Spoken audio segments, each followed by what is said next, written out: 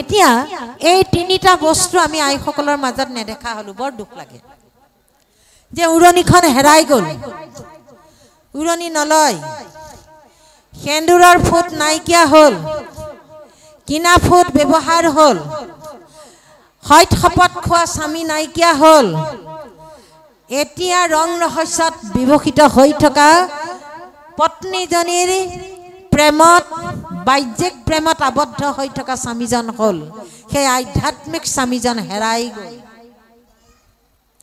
সেইজন স্বামী যদি এতিয়ালৈকে বৰ্তমান থাকিলেহেঁতেন এই অমুখ পাপ কিছুমান আমি কৰি থাকো সেইবিলাক দিনে কৰে আৰু দিনে উৎপত্তি হয় দিনে তাক নাইকিয়া কৰিব পাৰি কেনেকৈ পাৰি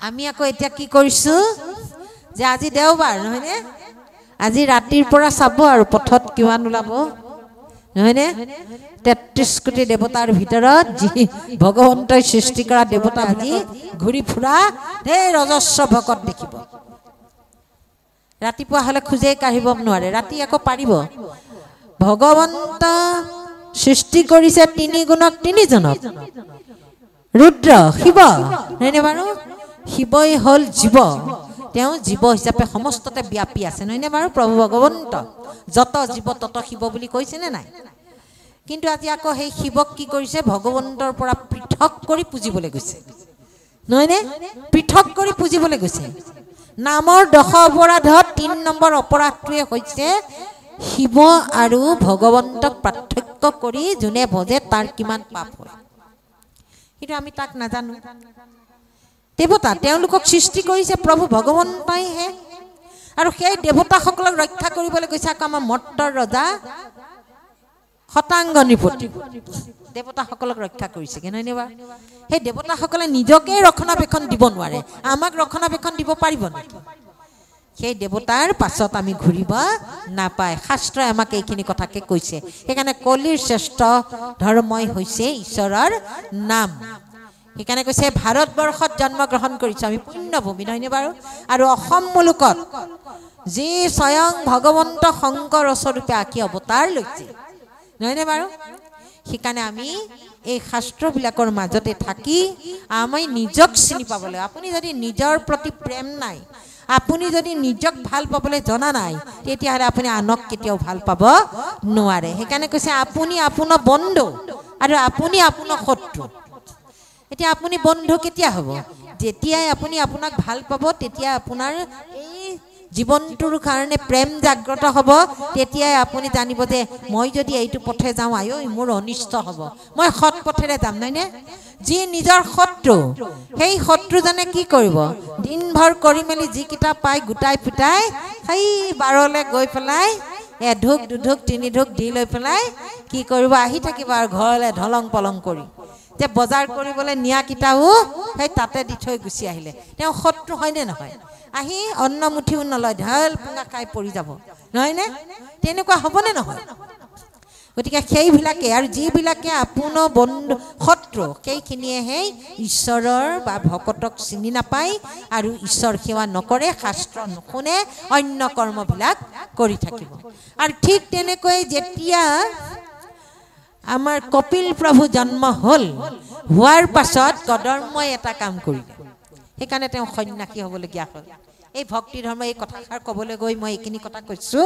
যে ডালবিলাক মানে গুচি যায় যে ক'বলৈ বাধ্য হওঁ তেতিয়া তেওঁতো কৈ থৈছিলে তেওঁৰ পত্নীক যে মই এদিন গৃহ ত্যাগ কৰি মই গুচি যাম সন্ন্যাস ধৰ্ম ল'ম কপিল প্ৰভুক পিতৃ কদৰ্মই কৈছে হে পুত্ৰ তুমি যেতিয়া আহিলা মাতৃৰ কাৰণে তোমাৰ মাৰ কাৰণে ৰক্ষণাবেক্ষণ দিবৰ কাৰণে তোমাক মই সমজালো আৰু মই এতিয়া সন্ন্যাস ধৰ্ম ল'বলৈ যাওঁ তেতিয়া প্ৰভুৱে আকাৰে ইংগিতে দেউতাকক কোৱাৰ চললে আমালৈ কৈছে আমাক কৈছে কি বুলি কৈছে যে হে পিতা তুমি যাক আনিবৰ কাৰণে মাতৃক তুমি 1000 বছৰ মোকেই সেৱা কৰিবলৈ লগালা মোৰ নাম বস্তুলৈ বাহিৰে ভিতৰে শুদ্ধ হৈ তোমালোকৰ আহ্বান ক্ৰমে মই তোমালোকৰ পুত্ৰ হৈ জন্ম ললো এতিয়া তুমি মোক দেখোন ইয়াতে শুশ্ৰূষা কৰিলেই সমস্ত ধৰ্ম তোমাৰ লাভ হ'ব কিন্তু তেনে ক্ষেত্ৰতো তুমি সন্ন্যাস ধৰ্ম ল'ব বিচাৰিছা গতিকে সন্ন্যাস ধৰ্ম ল'ব বিচাৰিছা যোৱা গৃহ ত্যাগ কৰি যোৱা কিন্তু এটা কথা মনত ৰাখিবা তুমি এই সন্ন্যাসী হৈ মোক পাবলৈ যি যি কৰ্মবিলাক কৰিবা সেই কৰ্মবিলাক কৰিও কিন্তু মোৰ নাম ল'বলৈ নাপাহৰিবা যদি পাহৰি যোৱা তেতিয়াহ'লে সব কৰ্ম তোমাৰ সফল হৈ যাব কিন্তু লাষ্টত তুমি উপাধিটো কি পাবা জানানে সন্ন্যাসী বুলিহে পাবা ভকত উপাধিটো নোপোৱা সন্ন্যাস উপাধি পাবা আৰু ঠিক তেনেকৈ জ্ঞান মাৰ্গৰ দি যদি সমস্ত জ্ঞান আহৰণ কৰি পণ্ডিত হৈ আছো জ্ঞানখিনিও জানো আমুকখিনি কৰিলে ভগৱন্তক পায় তামুকখিনি কৰিলে ভকত সেৱা কৰিব কৰাৰ উপযোগী হয় ভগৱন্তক সেৱা কৰিবৰ হ'লে ভকতকে সেৱা কৰা অতিথি সেৱা এই কথাখিনি জানি শুনি জানিহে থৈছোঁ কিন্তু পালন কৰা নাই মই তেতিয়াহ'লে তেনেকুৱা জ্ঞানীজনে ঈশ্বৰক পাম বুলি ভাবিলে তেওঁ কি কৈছে জ্ঞানী পণ্ডিত ৰূপেহে উপাধি পাব কিন্তু ভকত হিচাপে উপাধি নাপায় আৰু যিজনে গৃহতে থাকি সমস্ত কৰ্মৰ মাজেদিয়ে তেওঁৰ হৃদয় আত্মা সদায় ঈশ্বৰৰ চৰণত অৰ্পণ কৰি আছে আৰু গৃহতে থাকি ভকত ভগৱন্তক সেৱা কৰি সদা সৰ্বদা সংসাৰ ধৰ্মৰ মাজতে থাকি ঈশ্বৰক ভক্তি কৰি আছে তেওঁ কি পাব বোলে উপাধিটো ভকত গতিকে এই মাৰ্গকেইটাৰ কথা আমি তৃতীয় স্কন্ধ ভাগৱততে পাইছোঁ কপিল প্ৰভুৱে কৈছে সেইকাৰণে আমি কেতিয়াও ভাবিব নালাগে যে বিষয়ত থাকিলে আমি কেতিয়াও ভগৱন্তক নাপাম বুলি কেতিয়াও ভকত হ'ব নোৱাৰিম বুলি কিন্তু ত্যাগ লাগিবই নহয়নে ত্যাগ লাগিবই অন্ন জনী বিচাৰ কৰিবলৈ কৈছে নহয়নে বাৰু ভগৱন্তৰ আৰু আমাৰ গমন সদাচাৰ ভক্তি ধৰ্ম পালনৰ ক্ষেত্ৰত আমাৰ 8 সদাচাৰ আছে এই 8 সদাচাৰ আমি পালনৰ মাজেদিহে নিয়মে সংযমে পাই ভকতিৰ গুৰি বুলি কৈছে নহয়নে বাৰু আৰু এটা ঘোষাত আছে বোলে ঈশ্বৰৰ নাম ল'বলৈ স্থল কাল পাত্ৰ বোলে একো নালাগে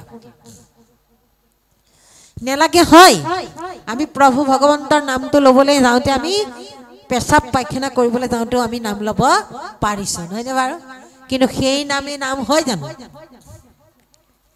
সেই নামেই নাম হয় জানো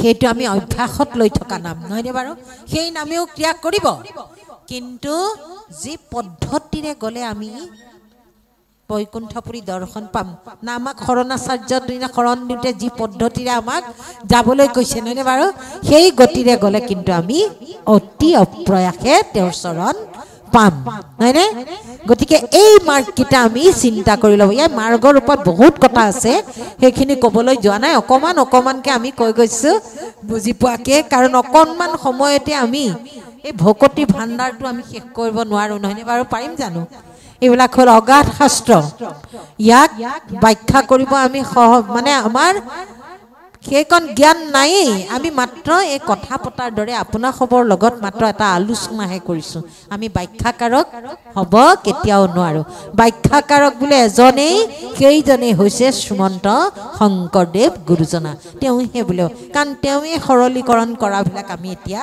পাইছোঁ ভাগৱত শাস্ত্ৰখন পঢ়িলে আপুনি আখৰকেইটা চিনি পাই পঢ়িলেই তাৰ তত্ত্বখিনি বুজি পাই যাব ইমান সহজভাৱে লিখিছে এতিয়া আপোনালোকৰ এই ভকতি মংগলত ইমান সুন্দৰকৈ দিছে সংস্কৃততো দিছে শ্লোক ভাগ আকৌ অসমীয়াটো ভাগ কৰি দিছে আকৌ সৰলীকৰণ বুলি তলত লিখিও দিছে গতিকে পঢ়ি গ'লে প্ৰতিটো কথাই বুজি পোৱা যায় ইমান সুন্দৰকৈ দিছে গতিকে আমাৰ আইসকলে পঢ়িব নাপায় বুলি নাথাকিব শাস্ত্ৰ চুপ নাপায় বুলি নাথাকিব কাৰণ আমাৰ এই শৰীৰটোৰহে ভাগ আছে জীৱ কিন্তু আমি সকলো একেই আপোনাৰ সবক ধৰক আমাৰ মাতৃসকলক কোনোবাই বয়োজ্যেষ্ঠ লোকে আমাক বাধা দিছে যে তোমালোকে শাস্ত্ৰখন পঢ়িব নাপায় দেই ওচৰলৈ নাযাবা নুচুবা এই নুচুবা বুলি কোৱাজনক কোনে জন্ম দিছে চিন্তা কৰিবচোন কোনে দিছে জন্ম আমাৰ দৰে এগৰাকী মাতৃয়ে জন্ম দিছে নহয়নে আমাৰ পুত্ৰই আমাক আকৌ বাধা দিব পাৰিছে নোৱাৰিবা বুলি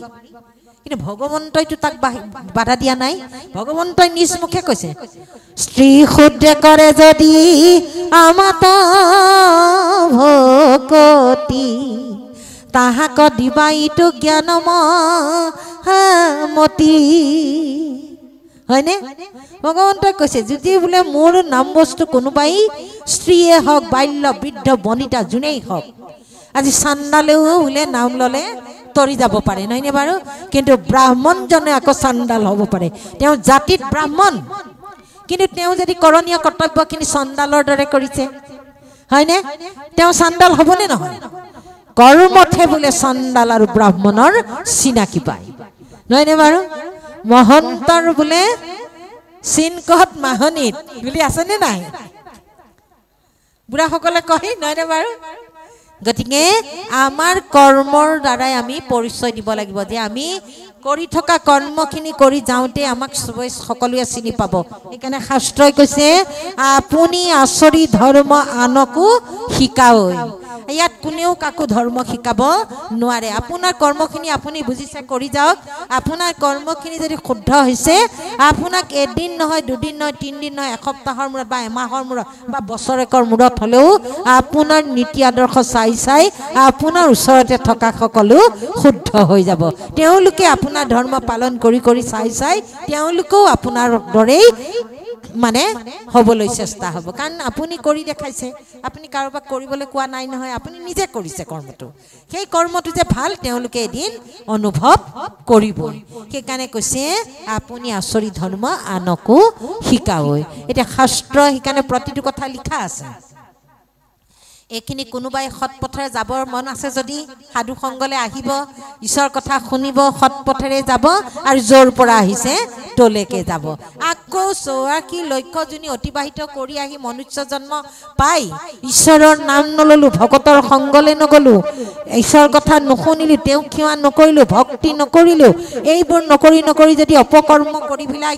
পাপবিলাক সঞ্চয় কৰিলো তেতিয়াহ'লে আকৌ মনুষ্য হ'মনে নে হৈ গৈ মানে বিষ্ঠা পলু মল মূত্ৰত বগাই ফুৰিম আকৌ স্থাৱৰ জংগম হৈ পেলাই ঘূৰি ফুৰিম নহয়নে বাৰু সেইবিলাক মনুষ্য আৰু হ'ব নোৱাৰিম আকৌ পুনৰ আকৌ আয়াজাত কৰি থাকিব লাগিব কৰ্মফল অনুযায়ী তেনেকুৱা যদি আমাৰ হ'বলৈ মন নাই তেতিয়াহ'লে সাধু সন্তসকলে শাস্ত্ৰই যি কৈছে এই কথাবিলাক মানি নিজৰ জীৱনটো ধন্য কৰিবৰ হ'লে আমি সাধু সংগ আহিব লাগিব নহ'লে আমি মানুহৰ জন্ম লৈছো কিন্তু মৰা মানুহৰ দৰে জীয়াই থাকে মানুহ যেতিয়া মৰে একোটো নোৱাৰে আৰু ক'ব নহয়নে বাৰু মৰা মানুহৰ দৰে একো গম নাপায় কি কৰিছো সেইকাৰণে কৈছে আমি জীয়াই আছো কিন্তু মৰা মানুহৰ দৰে আছো কাৰণ ভাল কোনটো কৰিব লাগে কোনটো কৰিব নালাগে তাক বিচাৰ কৰিব পৰা নাই সেইকাৰণে কৈছে এই কথাখিনি উপলব্ধি কৰিবৰ কাৰণেই আমি সাধু সংগলে আহিব লাগিব সেইকাৰণে শাস্ত্ৰই কৈছে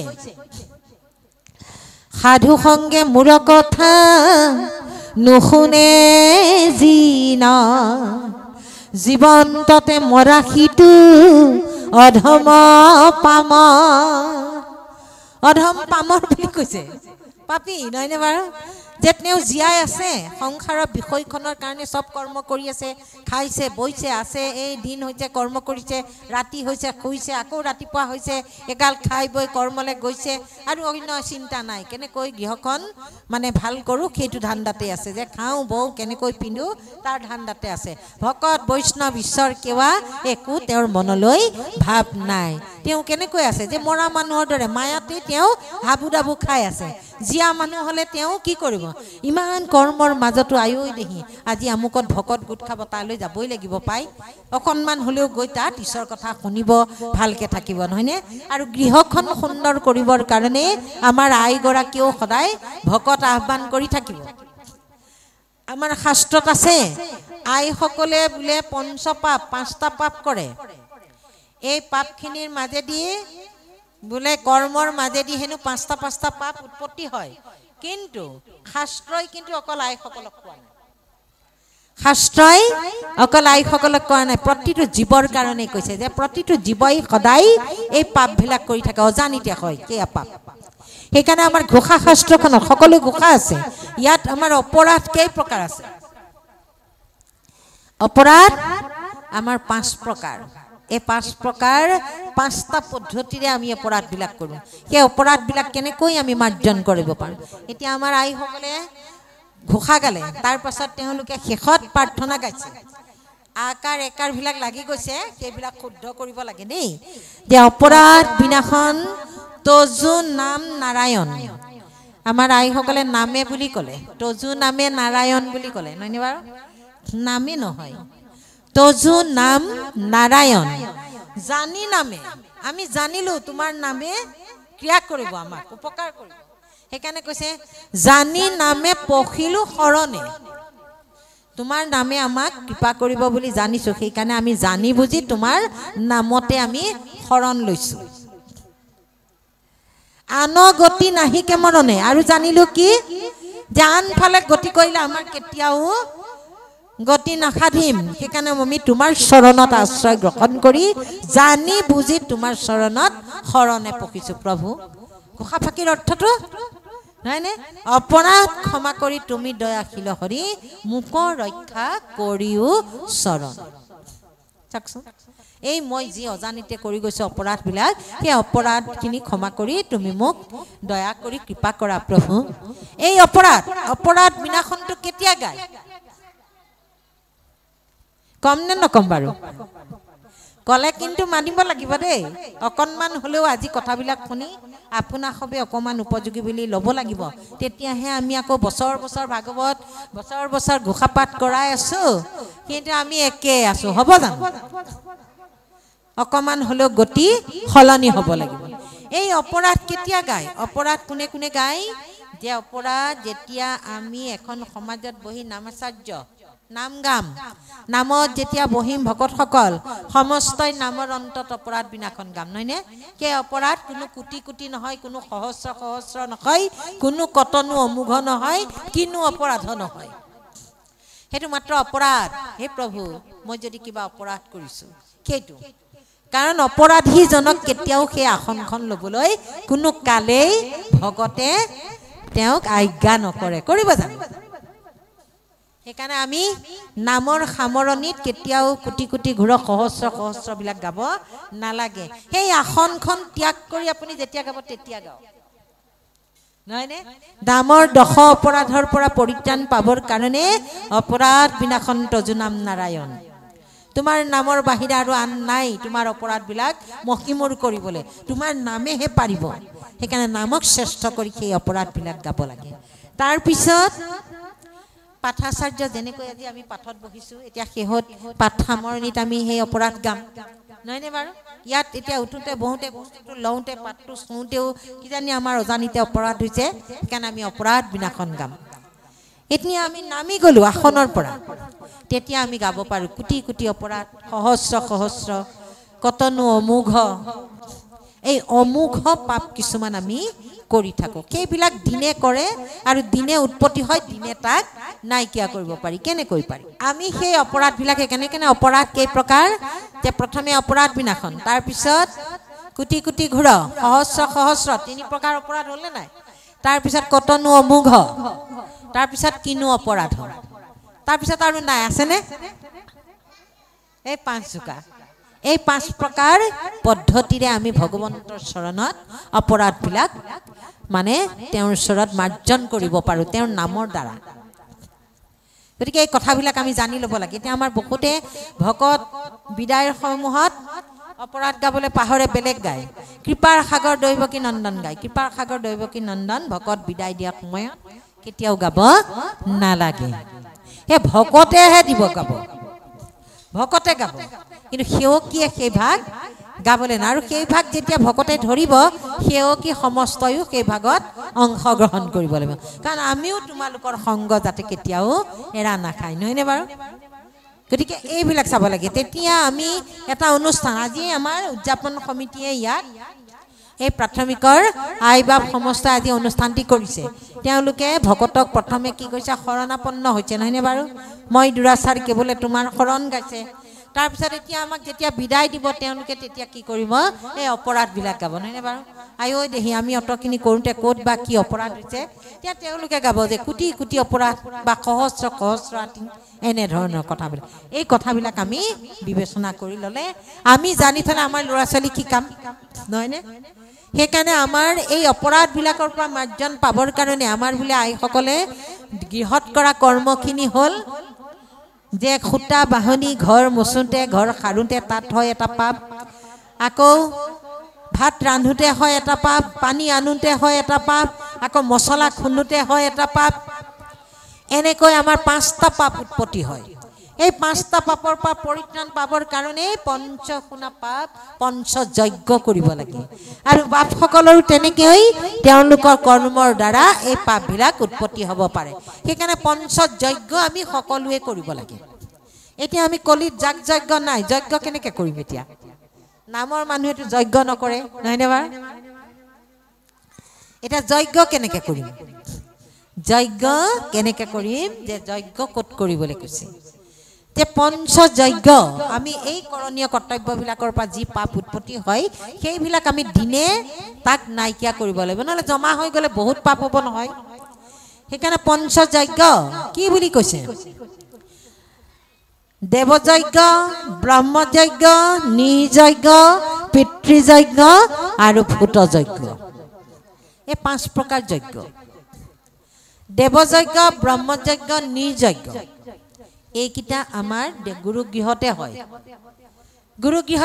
গুৰুগৃহলৈ যেতিয়া আমি সোমাই যাম গা পা ধুই সুন্দৰকৈ গৃহ কৰ্মখিনি কৰি তেতিয়া নামঘৰ মুচিম তাৰ পৰা আমাৰ পাপবিলাক খণ্ডন হৈ গৈ থাকিব তাৰপিছত কি কৰিম অজ্ঞানৰ আন্ধাৰ দূৰ কৰি জ্ঞানৰ প্ৰদীপ জ্বলাম নহয়নে বাৰু এই জ্ঞানৰ প্ৰদীপ ভকতি প্ৰদীপ জ্বলাই লৈ আমি কি কৰিম আসন লৈ ঈশ্বৰক প্ৰাৰ্থনা কৰিম নহয়নে বাৰু যেনেকৈ গুৰুৱে দিছে তেনেকৈ আমি তেওঁক ভজিম যিকোনো প্ৰকাৰ যি কৰি যাৰ যিটো নিয়ম তেনেকৈ কৰি ঈশ্বৰক উপাসনা কৰিম উপাসনা কৰাৰ পাছত নাম গাই আৰু কোনোবাই নাম গাব নোৱাৰিলে হয়তো শাস্ত্ৰকে একাধ্যায়ী পাঠ কৰে সেই যে একাধ্যায়ী পাঠ কৰিলে সেইটোৱে হৈছে ব্ৰহ্মযজ্ঞৰ অৰ্থ হ'ল পাঠ আদি কৰাকে ব্ৰহ্মযজ্ঞ বুলি কৈছে আৰু দেৱযজ্ঞ এইয়া ভক্তি প্ৰদীপ জ্বলাই ঈশ্বৰক উপাসনা কৰিলোঁ সেয়াই হ'ল দেৱযজ্ঞ নিৰ্যজ্ঞ দেৱযজ্ঞ আৰু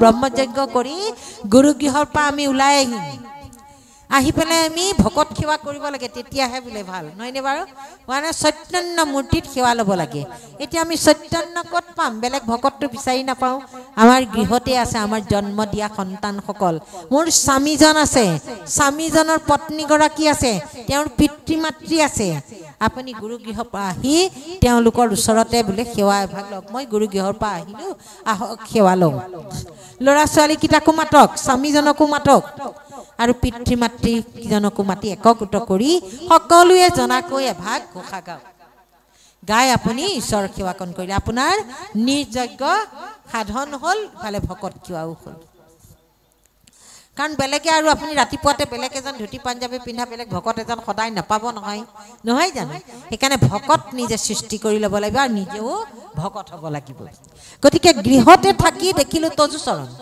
নহয়নে সেই তেনেকৈ যেতিয়া কৰিব গোটেই ঘৰখনৰ অতি বেয়া চৰিত্ৰ থকা ল'ৰাটো আপোনাৰ কৰ্মখিনি দেখাৰ লগে লগে সদায় কৰোঁতে তেওঁৰো মনটো বেলেগ হৈ যাব আৰু তেওঁৰো ঈশ্বৰৰ প্ৰতি মনটো ধাবিত হ'ব গা পা ধুই আহি আপুনি নোকোৱাকৈ ল'ৰাটোৱে সেৱা কৰি থকা দেখিব কিমান ভাল লাগিব ঘৰখন আপোনাৰ স্বামীজনে আপুনি আকৌ এটা কথা নাভাবিব যে তেওঁলোকে গা ধোৱা নাই সেৱা কৰিব নাপায় আপুনি তেওঁলোকক ভৰি চুই সেৱা নকৰে নহয় তেওঁলোকৰ আত্মা সেৱা সকলোকে একত্ৰিত কৰাৰ এটা ভাল পদ্ধতি গৃহখন সুন্দৰ কৰাৰ তাৰ মাজত আপুনি এটা আকৌ মনেৰে আজ্ঞা ল'ব যে এতিয়া আমি ৰন্ধন কৰিবলৈ যাম নহয় জানো ৰন্ধনৰ ক্ষেত্ৰতো আমাৰ পাপ উৎপত্তি হয় গতিকে আজ্ঞাপৰ ভকতি আমাৰ যেনেকৈ আজি অনুষ্ঠানৰ অন্ন ৰান্ধিবৰ প্ৰাক মুহূৰ্তত ৰান্ধনী দেউৰী মেধিসকলে ইয়াত সেৱা লৈছে নহয়নে বাৰু যে অন্ন ৰান্ধিবলৈ যাওঁ হয়নে সেৱা লয় ঠিক তেনেকৈ আমিও মেধি নহয় জানো ঘৰখনৰ আইসকল গতিকে আমি সেই সেৱাভাগ লওঁতেই সেই সেৱাভাগ আমি ঈশ্বৰৰ ওচৰত অৰ্পণ কৰিব লাগিব যে মই এতিয়া পাকঘৰত সোমাই মই অন্ন ৰান্ধিম গোটেই জীৱকেইটাৰ কাৰণে ৰান্ধিম, ভকত ভগৱন্তকো দিব লাগিব। গতিকে প্ৰভু মোক আজ্ঞা কৰিবা। এই সমস্তই হৈ ধনি দিলে যে সেইটোৱে আপোনাৰ হৈ গ'ল। আৰু আপুনি আৰু সেইখিনি কৰ্ম কৰোঁতে আপোনাৰ পুনৰ আৰু এই 3টা যজ্ঞ আপোনাৰ একেলগে সাধন হ'ল। এতিয়া আহি গ'ল 4 নম্বৰত পিতৃযজ্ঞ। আমি প্ৰত্যেকেই একোজন পিতৃ আৰু প্ৰত্যেকেই একোজন কাৰোবাৰ পুত্ৰ, নহয়নে বাৰু? পুত্ৰ কন্যা আমাৰ সকলোৰে। আমি এতিয়া কাৰোবাৰ মাতৃ হৈছোঁ, আমাৰো আকৌ মাতৃ আছে, সেই মাতৃৰো মাতৃ আছে, নহয়নে বাৰু? গতিকে আমি ইজনে সিজনক সেৱা কৰা। এতিয়া আমাৰ সংসাৰ ধৰ্ম পালন কৰোঁতে পিতৃযজ্ঞ, এই পিতৃযজ্ঞ হৈছে পুত্ৰসকলে পিতৃসকলক জীৱিত কালতে যজ্ঞ কৰিব লাগিব, পিণ্ড দিব লাগিব। মৃত্যুৰ পাছত পিণ্ড নহয়। কাৰোবাৰ মাক বাপেক বৃদ্ধ হৈছে, অন্নমুঠি নিজে লৈ খাব নোৱাৰে, গাটো ধুব নোৱাৰে, তুমি তেওঁৰ লাখুটিডাল হোৱা, তুমি তেওঁক ধৰি নি গাটো ধুৱাই দিয়া। কাৰণ তোমাক জন্মতে তেওঁ ডাঙৰ কৰোঁতে ধুৱাই পখলাই খুৱাই পিন্ধাই তোমাক ডাঙৰ কৰি থৈছে। এতিয়া তোমাৰ পাল, তোমাৰ দেউতাজন এতিয়া তোমাৰ পুত্ৰ সদৃশ হৈছে, একো কৰিব নোৱাৰে, নহয়নে বাৰু? সেই তেনেকৈ ভক্তি কৰা। তোমাক তেওঁ পঢ়াই শুনাই ডাঙৰ মানুহ কৰিছে, তুমি বেলেগত চাকৰি কৰি আৰামত পত্নী পুত্ৰক লৈ আছা, কিন্তু ইয়াত পিতৃ মাতৃৰ কি অৱস্থা হৈছে তুমি তাৰ খবৰ ল'বলৈ তোমাৰ সময় নাই। তেনে যদি কৰিছে, সেই পুত্ৰই পিছত পিতৃ মাতৃ মৰাৰ পাছত বিভিন্ন ভকতক মাতি আনি খুব ডাঙৰকৈ শ্ৰাদ্ধ পিণ্ড কৰি লাভ একো নাপাব, ফল নাপাব।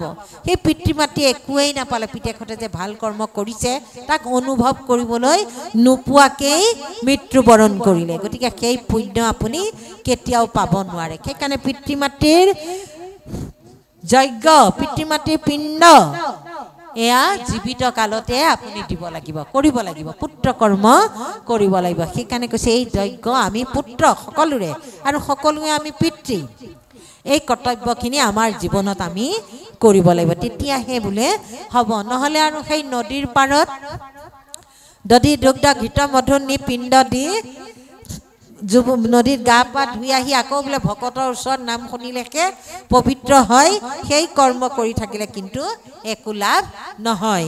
একাদশ স্কন্ধ ভাগৱতত ভগৱন্তই ঈশ্বৰৰ মুখৰ বাণীয়েই ভাগৱতখন নহয় জানো?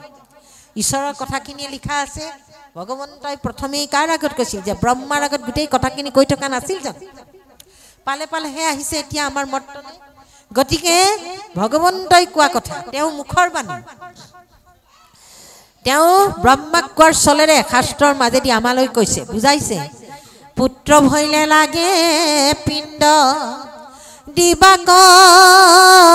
বাপৰ, মূৰ পিণ্ড হুৱে জানা ভজিলে ঈশ্বৰ। ভগৱন্তই কৈছে জানানে যে পুত্ৰ হ'লে পিতৃৰ পিণ্ড দিবই লাগিব, কিন্তু সেই পুত্ৰই মোতে যদি আশ্ৰয় গ্ৰহণ কৰি ভকতৰ মাজতে থাকি পিতৃ মাতৃ শ্ৰাদ্ধ যদি মোৰ নামৰ দ্বাৰা কৰাইছে, ভকতত আশ্ৰয় লৈ যাতে কৰিছে, তেতিয়াহ'লে সেই পিণ্ডহে বোলে মই গ্ৰহণ কৰোঁ। পুত্ৰ হ'লেতো লাগিবই পিণ্ড দিবলৈ, কিন্তু মোৰ নামেৰে পিণ্ড দিয়ক, অন্য পদ্ধতিৰে নহয় বুলি কৈছে। গতিকে এয়া ভগৱন্তৰ বাণী, শাস্ত্ৰৰ কথা। গতিকে আমি পুত্ৰসকলে সদায় চিন্তা কৰিব লাগে, পিতৃ মাতৃক শুশ্ৰূষা কৰাটোৱে হৈছে পিণ্ড। গতিকে জীৱিত কালত যেনেকৈ তেওঁ আমাক মাতৃয়ে 10 মাহ 10 দিন গৰ্ভত কত যাতনা লৈ জন্ম দিছে, সেই মাতৃ বৃদ্ধ অৱস্থাত আমি কেনেকুৱা শুশ্ৰূষা কৰিব লাগিব। যে পিতৃয়ে আমাক কপালৰ ঘাম মাটিত পেলাই নেখাই খুৱাইছে, নিপিন্ধি পিন্ধাইছে, যি ধন নহ'লে নহয় সেই ধন মাটিত ঘাম পেলাই কষ্ট কৰি আনি হ'লেও আমাক পঢ়াই শুনাই ডাঙৰ মানুহ কৰিছে, সেইজন পিতৃক মই বৃদ্ধ কালত নেচাই আকৌ বেলেগ ফালে যদি মই মন দিছোঁ, তেতিয়াহ'লে হ'ব জানো? সেইকাৰণে তেনেবিলাক ভক্তি কৰিবলৈকেহে আমাক কৈছে। গতিকে সেইখিনি কৰ্ম আৰু আমি আমাৰ পুত্ৰকো শিকাব লাগিব, কন্যাকো শিকাব লাগিব। আমাৰ কন্যাগৰাকীক এগৰাকী সুন্দৰ যুৱতী কৰিবৰ হ'লে আমাৰ মাতৃগৰাকীৰ কৰণীয় কৰ্তব্যৰ দ্বাৰাহে আমাৰ ছোৱালীজনীয়ে, মাকে যি কৰে ছোৱালীয়ে তাকে শিকে, ল'ৰা ছোৱালীয়ে তাকে শিকে, নহয়নে বাৰু? গতিকে মাকে যদি ধৰ্ম ভালকৈ পালন কৰিছে জীয়েকে সেইখিনি কথা শিকি যাবই আৰু তেওঁ বেলেগ এখন গৃহত গৈ কেতিয়াও অমংগল নানে ভাল কৰ্মই কৰিব গতিকে সেইখিনিৰ ইন্ধন যোগাব লাগিব আমাৰ মাতৃগৰাকীয়ে কেনে মাকৰে বেছি কৰ্তব্য আছে আৰু মাকৰ লগতে দেউতাকৰো কিয় মাতৃগৰাকীক সুৰক্ষা দিবৰ হ'লে স্বামীজনে সুৰক্ষা দিব লাগিব নহয়নে বাৰু গতিকে তেওঁৰ লগত মিলি একাকাৰ হ'ব লাগিব তেতিয়াহে সংসাৰখন সুন্দৰভাৱে চলাই নিব পৰা যাব গতিকে ভক্তি ধৰ্মত আগবাঢ়িবৰ হ'লে আমি দুয়োজনেই ভকতিৰ পাত্ৰ হ'ব লাগিব তেতিয়াহে আমাৰ সংসাৰখনৰ সন্তান কন্যা পুত্ৰ সমস্তকে আমি শুদ্ধ পথেৰে লৈ যাব পাৰিম আপুনি আচৰিত ধৰ্ম আনকো শিকাও এই কথাষাৰ তেতিয়াহে মানে প্ৰতিফলিত হ'ব কৃষ্ণ কৰিমত বিশ্বাস যাৰ হিয়া তথা কন্ত হৰি আতিশয় দূৰহন্ত তাৰ দূৰত বিদূৰ হুন্ত তাৰ অহংকাৰ থাকন্তেও সাক্ষাতে কৃষ্ণক পাৱে শ্ৰৱণ কীৰ্তন ধৰ্ম যাৰ ৰাম শ্ৰৱণ কীৰ্তন ধৰ্ম যাৰ এই ঘোষাসমূহৰ এটাই কথা শেষৰ যোগাটোৰ শেষৰ শাৰীটোতে তাৰ অৰ্থটো একে সুন্দৰকৈ দি দিয়ে নহয়নে বাৰু ইমান সুন্দৰকৈ দিছে কৰ্মত বিশ্বাস যাৰ হিয়াত থাকন্ত হৰি আতিশয় দূৰহন্ত তাৰ যাৰ কৰ্মত বিশ্বাস তেওঁ কেনে কৰ্ম যি কৰ্মৰ দ্বাৰা ঈশ্বৰক পাব পাৰি ভকত ভগৱন্তক চিনিব পাৰি তেনে কৰ্মত যাৰ বিশ্বাস ৰাখি যি কৰ্ম কৰে আৰু বিশ্বাসটো প্ৰধান কি যে তেওঁ এটাই কৰ্ম কৰে যে হিয়াত মোৰ নিজৰ হিয়াতে ভগৱন্ত বিদিত হৈ আছে ক'তো নাই বাহিৰত মই হৃদয়তে আছে তেওঁ এই বিশ্বাসকণ যাৰ আছে তেওঁ কি কৈছে আতিশয় দূৰহন্ত তাৰ যদিও তেওঁ দূৰ হৈছে তেতিয়া কি কৈছে দূৰতো বিদূৰ হন্ত তাৰ ইমান দূৰত বিদূৰ মানে হৈছে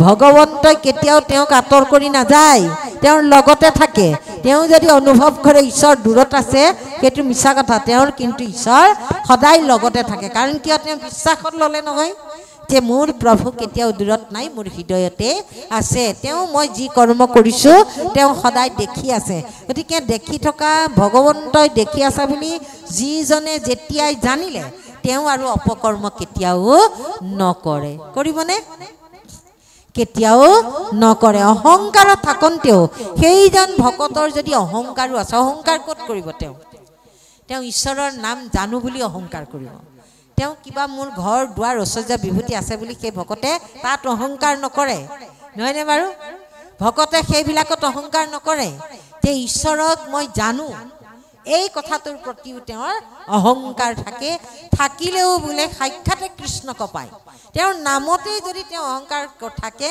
সেই নামতে কৰিছে ঈশ্বৰক লৈহে অহংকাৰ কৰিছে গতিকে সাক্ষাতে সেইজনে ভগৱন্তক পাবই সেইটো অহংকাৰ আছে বুলি ঈশ্বৰ আঁতৰি কেতিয়াও নাযায় শ্ৰৱণ কীৰ্তন ধৰ্ম যাৰ কি কৰিছে তেওঁ মাত্ৰ এটা কথাই অহংকাৰ থাকিলেও তেওঁ শ্ৰৱণ আৰু কীৰ্তনেই যে শ্ৰেষ্ঠ এই বস্তু যে দৃঢ়তাৰে লৈছে গতিকে তেওঁৰ পৰা ঈশ্বৰ কেতিয়াও আঁতৰ হৈ যাব নোৱাৰে এই কথাবিলাক আমি সুন্দৰকৈ উপলব্ধি কৰিব লাগিব তেতিয়াহে আমি যদি ঘোষা নপঢ়োঁ তাৰ কথাবিলাক নাজানো তেতিয়াহ'লে আমি কেনেকৈ নিজক শুদ্ধ কৰিম নিজক শুদ্ধ কৰিবলৈ জানিব লাগিব কাৰণ ঈশ্বৰক বাদ দি যদি আমি অপদেৱতা পুজি ফুৰিছোঁ অন্যফালে গৈছোঁ যে ঈশ্বৰ বহুত দূৰত আছে সেই মন্দিৰত গৈ শৰাই দিলেহে ঈশ্বৰক পাম এইটো নামঘৰত নাই মোৰ নিজৰ গুৰুগৃহ আছে গুৰুগৃহত বন্তিভাগ জ্বলায়ো যদি আকৌ বেলেগ এটা গুৰুগৃহলৈ চাকিয়াক বঢ়াইছোঁ তেতিয়াহ'লে আপোনাৰ সেই বিশ্বাস ধৰ্মটো ঠিক হৈ থকা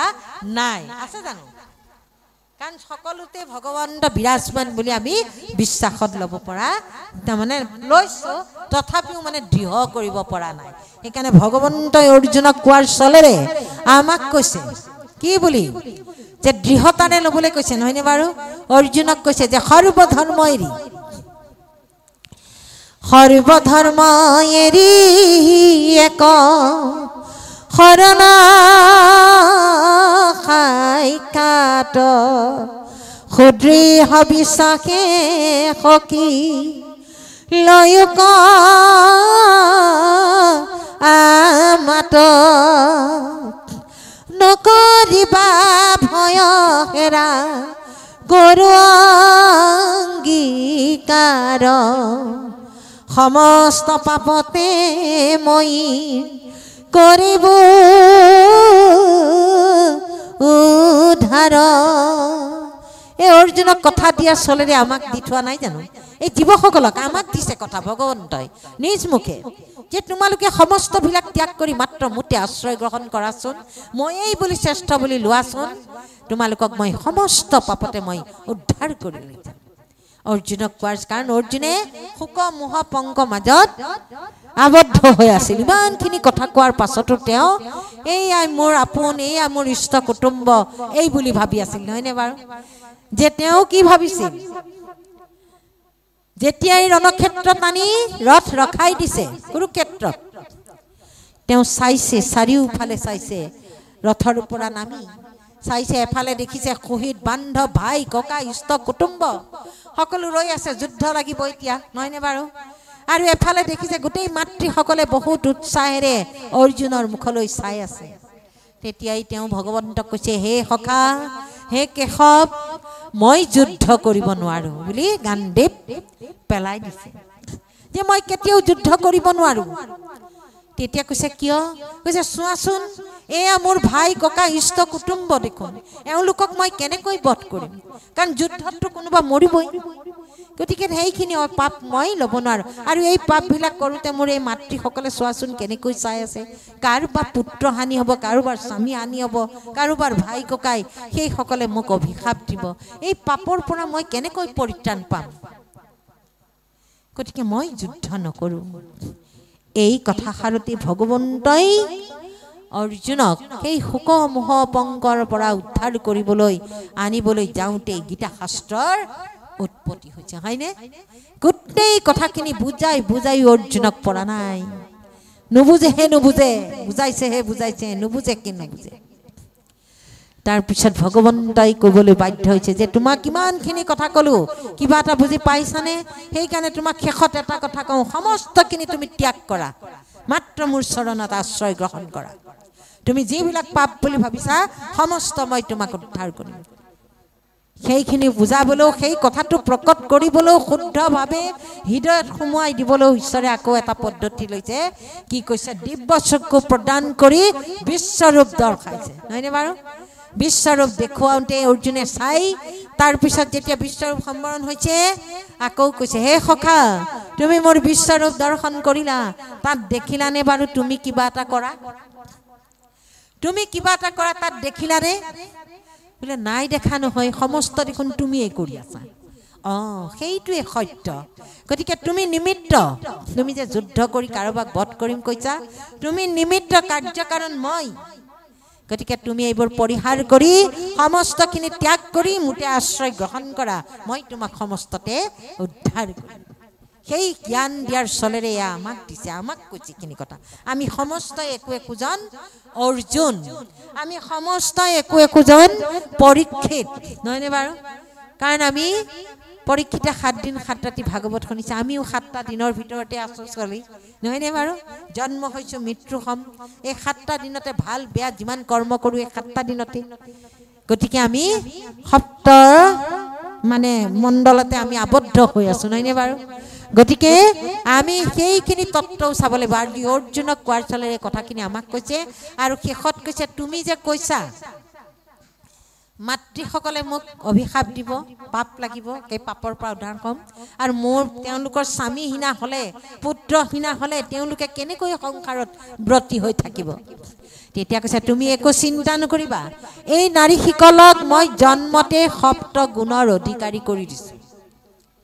যে এই সপ্ত গুণৰ ভিতৰতে তেওঁলোকে থাকি সপ্ত গুণ উপলব্ধি কৰি তেওঁলোকৰ সংসাৰখন তেওঁলোকে নিজেই সতী সন্তানকে ধৰি চলাই লৈ যাব পাৰিব। তেতিয়া কৈছে কেনেকৈ? কৈছে তোমাক যদি প্ৰমাণ লাগে তোমাৰ মাতৃলে চোৱা, তোমালোকৰ পিতৃ কিমান সৰুতেই মৃত্যুবৰণ কৰিলে, কিন্তু তাৰ পাছতো জানো তোমাৰ মাতৃয়ে কি কৰিলে? এগৰাকী সতী সপ্তগুণৰ অধিকাৰী কাৰণেই তোমালোকক পাঁচটা সন্তানক মোৰ চৰণত আশ্ৰয় দিয়াই আৰু মোৰ লগতে তোমালোকক দি আজি অত বিপদতো তেওঁ তেনেকৈ একনিষ্ঠতাৰে এই সংসাৰখন ধুনীয়াকৈ চলাই লৈ গৈছে। অত বিপদতো তোমালোকক কাৰো চৰণত আশ্ৰয় নিদিলে, মাত্ৰ মোৰ চৰণতে আশ্ৰয় কৰিলে, আৰু সেইকাৰণে মই তোমালোকক সমস্ততে ৰক্ষণাবেক্ষণ দি আছো। কাৰণ মোতে আশ্ৰয় কৰাই দিলে, মোৰ আশ্ৰিত জীৱক মই সদায় ৰক্ষা কৰিমেই।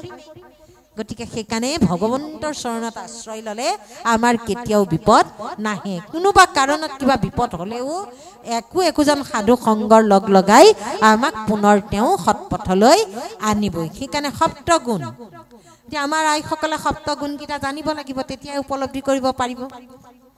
হয়নে? ক'ব লাগিবনে নাই? আমাৰ ডেকা আইসকলে মাতে নামাতে, আইসকলেতো চব জানে। কাইলৈ পৰহিলে তেওঁলোকে ইহলীলা সম্বৰণ কৰিব, নহয়নে বাৰু? তেওঁলোকে প্ৰতিটো কথাই জানি সংসাৰ চলাই আজি বৃদ্ধ মাতৃ হ'লে আইসকল, নহয়নে বাৰু? কিমান সুন্দৰকৈ এতিয়াও ঈশ্বৰৰ কথা শুনিছে। কিন্তু আমাৰ উঠি অহা প্ৰজন্ম সন্তানসকলক জ্ঞান দিয়া আইসকলে শুনিছেনে নাই? সপ্তগুণ আমাৰ সকলোৰে গাত আছে দেই। আমি ছোৱালীজনী যে জন্ম দিছোঁ তাইকো ভগৱন্তই সেই সপ্তগুণৰ অধিকাৰী কৰি দিছে। এতিয়া জীৱ মাত্ৰেই প্ৰকৃতি, পুৰুষ মাত্ৰ এজনেই, যিজন সদায় চৈতন্য হৈ থাকে, সেইজনে হৈছে প্ৰভু ভগৱন্ত। গতিকে আমি পুৰুষ আৰু প্ৰকৃতি ভাগ হৈ আছো, কিন্তু আমি সমস্তয়ে প্ৰকৃতি। কাৰণ ভগৱন্তক ভজিবলৈ যাওঁতে আমাৰ পুৰুষসকলেও প্ৰকৃতি স্বৰূপা হৈ যায়। কি বুলি কয়? হে কৃষ্ণ স্বামী তজু পাৱে আমি, নহয়নে বাৰু? গতিকে আমি জীৱ মাত্ৰে প্ৰকৃতি। গতিকে প্ৰকৃতিক বোলে কি কৈছে? সপ্তগুণৰ অধিকাৰী কৰি দিছে আমাৰ প্ৰতিজন জীৱকেই। সেইকাৰণে সপ্তগুণ কি? কৃতি, শ্ৰী, বাক, স্মৃতি, মেধা, ধৃতি, ক্ষমা। গতিকে তোমাৰ মাতৃ 7টা গুণ আছে, তাৰ ভিতৰত এটা গুণ অতি শ্ৰেষ্ঠ। হে অৰ্জুন, কি গুণ জানানে? ধৃতি, ধৈৰ্য ধৰা গুণটো তোমাৰ মাতৃৰ অতি শ্ৰেষ্ঠ, কুন্তি মাতৃৰ। আৰু তোমালোকৰ পত্নী দ্ৰৌপদীৰ সপ্তগুণেই আছে, কিন্তু এটা গুণ অতি শ্ৰেষ্ঠ, সেই গুণটোৱে হৈছে ক্ষমা। এই ক্ষমা গুণটো অতি শ্ৰেষ্ঠ বুলি কৈছে। গতিকে এই নাৰীসকলৰ কথাখিনি আমি জানিব লাগিব, তেতিয়াহে আমাৰ পঞ্চসতী আছে। কুন্তি, দ্ৰৌপদী, তাৰা, মদুন্দৰী, অহল্যা, এইসকলে সপ্ত গুণৰ অধিকাৰী নাই। আৰু দেৱনাৰীসকলটো বেলেগেই। তাৰ ভিতৰত আকৌ 5 গৰাকী আছে, তেওঁলোকো সতী, কিন্তু তেওঁলোকে আকৌ কিছুমান তাৰমানে সমাজখন, ঘৰখন বিমংগল, তাৰমানে বিঘিনি আনে, বিঘিনিযুক্ত নাৰী। তেনে হ'ব নালাগিব আমি। তেনেহ'লে আমাৰ ঘৰখনো ধ্বংস হ'ব, সমাজখনো ধ্বংস হ'ব। সেইসকল হৈছে যে কোন? কুজি, মন্থৰা, কৈকেয়ী, মন্থৰা, শূৰ্পণখা, তাৰপিছত তাৰকা আৰু হ'ল পুতনা, হয়নে? তেওঁলোকে আকৌ হিংসা কাক কৰিছে? ভগৱন্তকে কৰিছে, নহয়নে বাৰু? ৰামক কৈকেয়ী হৈ পেলাই, কৈকেয়ীক মন্থৰা হৈ মন্ত্ৰণা কৰি ৰামৰ বিৰোধিতা কৰিছে, নহয়নে বাৰু? ভগৱন্তকে হিংসা কৰিবলৈ দিছে। আকৌ শূৰ্পণখা হৈ কি কৰিছে? যে সীতাক হৰণ কৰি সেয়া ৰাম লক্ষ্মণৰ বিৱন আনিছে ৰাৱণৰ হত্যাৰ কাৰণ, ভগৱন্তকে হিংসা কৰিছে। আকৌ তাৰকা হৈও ৰাম লক্ষ্মণক সেয়া বিশ্বামিত্ৰে আনিবলৈ যাওঁতে যে দুষ্টক দমন সন্তক পালনৰ কাৰণে ৰাম অৱতাৰ, নহয়নে? সেইখিনি কৰাইছে। পুতনা হৈ বিষপান দি, দুগ্ধ বিষস্তন দি কাক মাৰিবলৈ গৈছে? ভগৱন্তক। সেই পুতনাৰো জীৱনশৈলী আকৌ বৰ সুন্দৰ। পূৰ্বতে পুতনা কোন আছিলে? যে বলিৰ ভগ্নী, নহয়নে বাৰু? বিন্ধ্যাৱলী। বিন্ধ্যাৱলীয়ে ওপৰ মহলৰ পৰা চাই আছে বামন ৰূপী ভগৱন্তক। আয়ো দেখি ইমান সুন্দৰ থুলন্তৰ এটা মানে শিশু, ইমান নুদুক সেইফালে বাওনা, তেওঁ তাৰমানে শিশু ৰূপটো দেখাইছে। ইমান সুন্দৰ ছাতি এটা লৈ আহিছে, ইমান ধুনীয়া। আয়ো দেখি একুলা যদি কোলাত ল'ব পাৰিলোহেঁতেন। তেতিয়া বোলে ভগৱন্তই তথাস্থ, তুমি মোক এদিন কোলাত ল'বলৈ পাবা।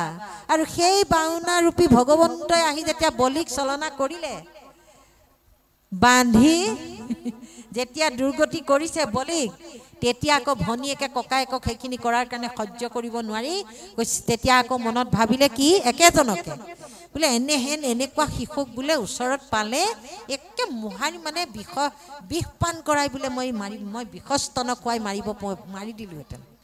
তেতিয়া বোলে ভগৱন্ত তোমাৰ এইটো মনোবাঞ্ছাও মই পূৰণ কৰিম। সেইয়া দ্বাৰকাত কৃষ্ণ অৱতাৰত কি হৈছে, আটাইকেইটা কৰিলে, নহয়নে বাৰু?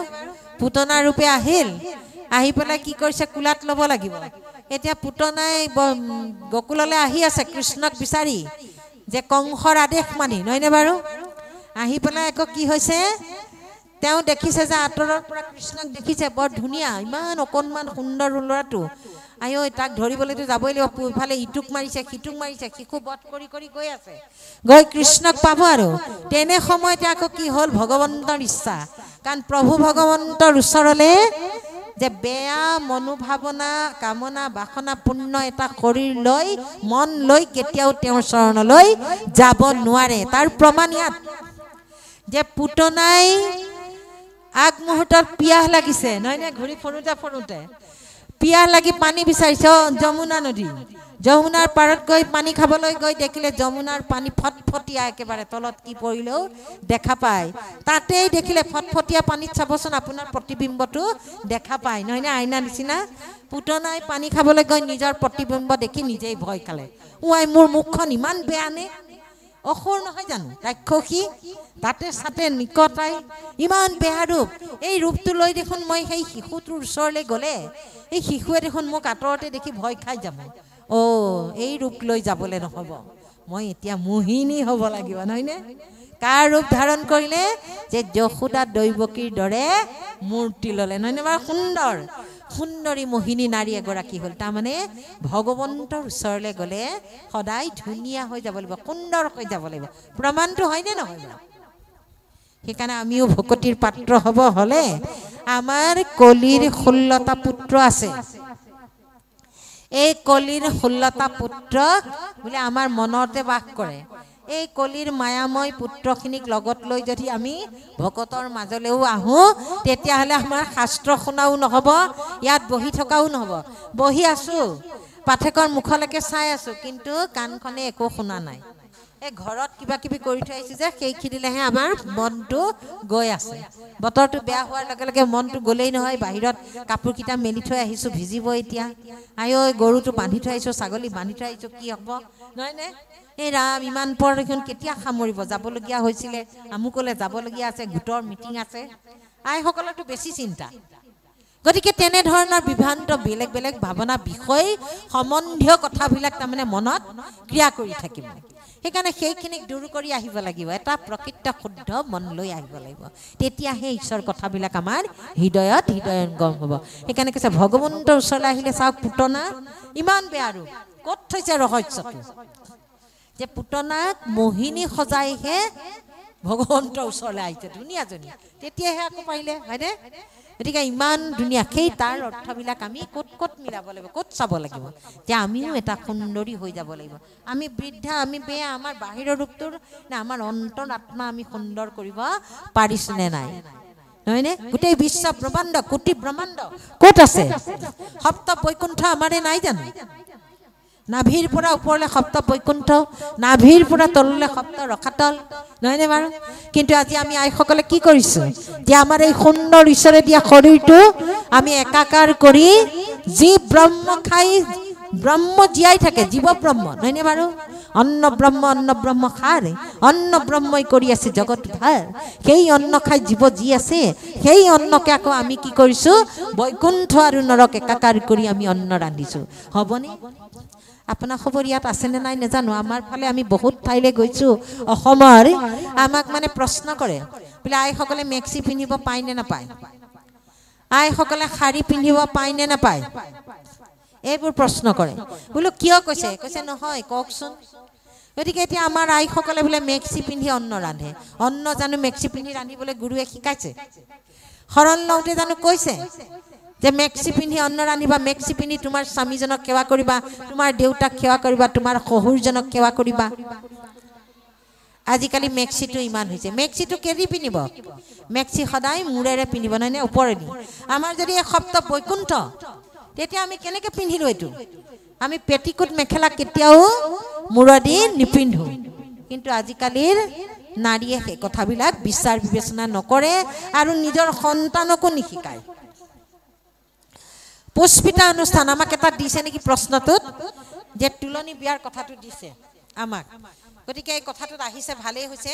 আপোনালোকে বেয়া নাপাব দেই, ঘোষা মানে কমকৈ গৈছে, তাৰ অৰ্থৰ পৰা আমি বাহ্যিক কথাখিনিও নানিলে আমাৰ আকৌ বুজিবলৈ চেষ্টা। ঘোষাৰ বাৰু মই ব্যাখ্যা কৰি গুচি যাম, সংস্কৃতটো গাই মই শ্লোক গাই আপোনালোকৰ মাজত ব্যাখ্যা কৰি গুচি যাম, কিন্তু সমাজখনৰ কি উপকাৰ হ'ব? আমি কৰণীয় কৰ্তব্যখিনিৰ দ্বাৰা আমি উপকৃত নহ'লে আমি ভক্তি ধৰ্ম পালন কৰিব পাৰিম জানো? গতিকে সেইকাৰণেহে আমি এই কথাখিনি আনিছোঁ। আপোনাৰ সবে অপৰাধ নধৰিব দেই। বোলে আয়ে ঘোষা পাঠ কৰিলে, আকৌ গালেগে দেখোন ভাগৱত, আকৌ দেখোন এইবিলাক নাম কথাহে ক'লে, এই বুলি যাতে নাভাবে দেই। ইয়াত কৈছে যে তুলনী বিয়াৰ কথাটো দিছে, কেনেকৈ নিয়মেৰে তুলিব লাগে। নিয়মবিলাক এতিয়া কেনেকৈ ক'ম, সকলোৰে নিয়মটো একে নহয়, সকলো ঠাই ভেদে বেলেগ বেলেগ। তথাপিও আমি প্ৰকৃততে আমি বিচাৰ বিবেচনা কৰি চাব লাগিব যে কোনটো কৰ্ম আমাৰ শুদ্ধ, নহয়নে বাৰু? আইসকলে কেনেকৈ কৰে নাজানো, আমাৰো বেলেগ আপোনালোকৰো বেলেগ, কিন্তু তাৰ ভিতৰত আমাৰটোৱেই যে শুদ্ধ আমি সেইটো ক'বলৈ যোৱা নাই। প্ৰকৃততে আমি নাৰী হিচাপে কি কৰিব লাগিব, আমি সন্তানক কি শিক্ষা দিব লাগিব, নহয়নে বাৰু? অঁ, এতিয়া ইয়াত হেৰি বুলি লিখিছে, তুলনী বিয়া বুলি দিছে। বিয়া কেতিয়াও নহয়, বিয়া কেতিয়াও নহয়। পুষ্পিতা নহয়নে? পুষ্পিতা অনুষ্ঠান বুলি কওঁ আমি, যে আমাৰ ছোৱালীজনী পুষ্পিতা হ'ল, গতিকে তেওঁ সংস্কাৰ কৰিবৰ কাৰণে আমি আইসকলক মাতি আনি একাষাৰ ঈশ্বৰৰ নাম গোৱাই তেওঁক শুদ্ধ কৰাব লাগে। কাৰণ তেওঁ জীৱনৰ যৌৱন প্ৰাপ্ত হৈছে বুলি আজি আমি জানিছোঁ, আৰু ইয়াৰ পিছত তেওঁৰ মানিবলগীয়া বহুত কৰ্তব্য আহি পৰে, বাধ্যবাধকতা মানিবই লাগিব, নহয়নে বাৰু? গতিকে সেইকাৰণে আমি ছোৱালীজনীক এতিয়াৰ পৰা আৰু আমি এটা বেলেগ দৃষ্টিৰে চাম সকলোৱে, নহয়নে বাৰু? কাৰণ ছোৱালীজনীক এতিয়া আমি শিশু হৈ থাকোঁতে আমি য'ত গৈছে আমি তাত চকু দিয়া নাই, কিন্তু পুষ্পিতা হোৱাৰ লগে লগে আমি তাইৰ কিছুমান বাধা আহি পৰে, নহয়নে? আমুকত নাযাবা, তামুকটো নকৰিবা। আমি ডাঙৰবিলাকে তেনেকৈ পৰামৰ্শ দিম, পিতৃ মাতৃয়ে শাসন কৰিব, নহ'লে এইটো আৰু বিপদ আহি যাব পাৰে। গতিকে সেই যি দায়িত্ব বহন কৰে সিয়ে হ'ল বিবাহ। গতিকে অকণমানি ছোৱালীজনীয়ে দায়িত্ব বুলি নহয়, সেইকাৰণে বিবাহৰ অৰ্থ হৈছে দায়িত্ব বহন কৰা। সেই বিবাহ হ'ল আমাৰ এগৰাকী যুৱতী আৰু যুৱকে যেতিয়া বিবাহ পাশত আবদ্ধ হয়, সেয়াই হৈছে বিবাহ। কাৰণ সেই তেতিয়া সপ্তপতি গমন বিবাহ হওঁতে কিমানখিনি দায়িত্ব অৰ্পণ কৰে, তেওঁৰো পালনীয়া থাকে, পত্নীজনীয়ে কি কৰিব, স্বামীজনে কি কৰিব, এই কথাবিলাক দিয়ে। গতিকে আমাৰো পুষ্পিতা হ'লে আমাৰ ছোৱালীজনীকো ক'বলগীয়া কথা থাকে, সেই কথাখিনি আমি শিকাব লাগিব। সেইখিনি শিকাবৰ কাৰণে আকৌ আমাক বেলেগে গুৰু এজন দিয়া নাই। এই আমাৰ সমাজতে গুণী জ্ঞানী শৰণ ভজন গ্ৰহণ কৰা এগৰাকী গুণী জ্ঞানী আয়ে ছোৱালীজনীক কথাকেইটা শিকাবলৈ দিয়ে, গুৰুৰ পৰিচয় কৰাই দিয়ে, ঈশ্বৰক ভজিব লাগে কথাষাৰ দিয়ে, আৰু যে এতিয়া যে তেওঁ স্নান নকৰাকৈ একো কৰিব নাপায়, দেৱ কাৰ্যত লাগিব নাপায়, ভকতৰ মাজলৈ যাব নাপায়, এই কথাবিলাক দুটামান কথা শিকাই দিয়ে। সেইকাৰণে আমি ফূৰ্তি কৰোঁ, ছোৱালীজনী তুলনি হৈছে বুলি ফূৰ্তি কৰে, বহুতে ৰং ৰহইচ কৰে, তেল চেল ঘঁহি প্ৰেজেণ্ট দিয়ে, বিবাহলৈ লৈ গৈছেগৈ বস্তুটো। কিন্তু সেইখিনি কৰাৰ অৰ্থ কি? আজি আমি অসমীয়া হিন্দু সমাজখনে এইবিলাক মানি আছোঁ। আমাৰ নেপালী, বঙালী, মুছলিম এওঁলোকৰ ছোৱালী পুষ্পিতা হোৱা শুনিছেনে? কেতিয়াও নুশুনো।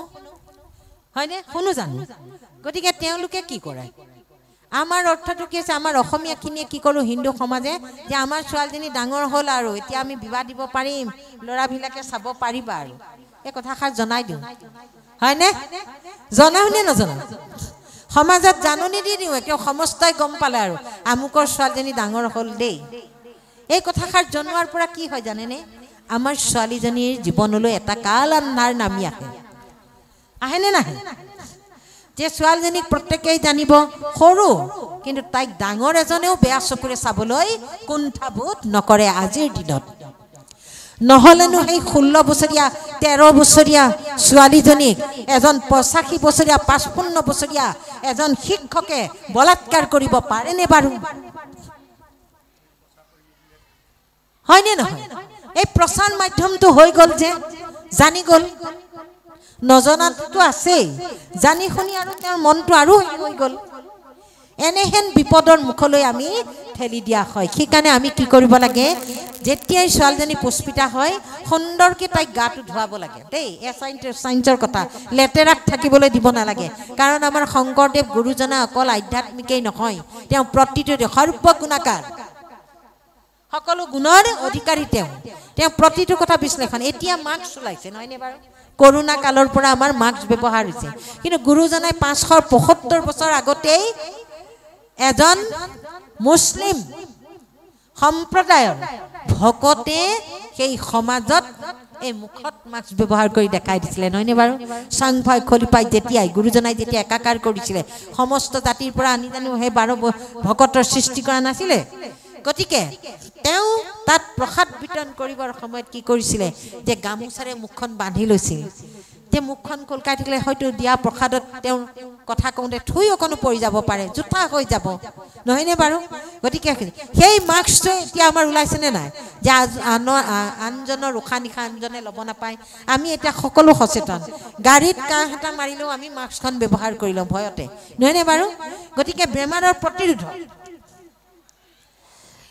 গুৰুজনাই তেতিয়াই উলিয়াইছে এতিয়া আমাৰ সেইকাৰণে কৈছে যে আমি লেতেৰাত থাকিব নাপায় এতিয়া আমাৰ আগৰ দিনৰ আছিলে যে পুষ্পিতাই হওক বা মাহেকীয়াই হওক একে মাটিত বিচনাখন পাৰিবলৈ দি দিয়া আৰু বস্তা এটা দিব কাপোৰ এখন দিব পাৰি মেলি তাতে এই 3 দিন ফণি চনি একো নিদিয়ে আৰু মোৰ সেউটা আচৰিবলৈ নিদিয়ে জধলা হৈ 3 দিনলৈকে থাকিব লাগিব 3 দিনৰ দিনাহে খাৰ পানী চাবোন দি গা ধুই ভিতৰ সোমাবলৈ দিয়ে তেল চুবলৈ দিয়ে নখ কাটিবলৈ দিয়ে নহয়নে বাৰু আইসকলে নাজানিছিল সেইখিনি কৰিছে চাফা কৰ্মই কৰাইছে কিন্তু এতিয়াৰ চাইন্সৰ যুগত বিভিন্ন বেমাৰ আগতে আগৰ আইসকলৰ যিমান বেমাৰ নাছিল এতিয়া আমাৰ একেবাৰে 10 বছৰ হ'ল মাত্ৰই যে পেটৰ বিষ লাগিয়ে আহে নহয়নে বাৰু চাবচোন ইমান সৰু সৰু ছোৱালীবিলাকৰ পেটৰ বিষ আকৌ তুলনি পুষ্পিতা হয়হে লগে লগে শুনিব মাহেকীয়া হতে পেট কামুৰিছে বিষাইছে কিহৰ কাৰণে খাদ্য আমি গমন সদাচাৰ নাজানো নহয়নে বাৰু শৌচ সদাচাৰ নাজানো পেচাব কৰিলে ধুব নাজানো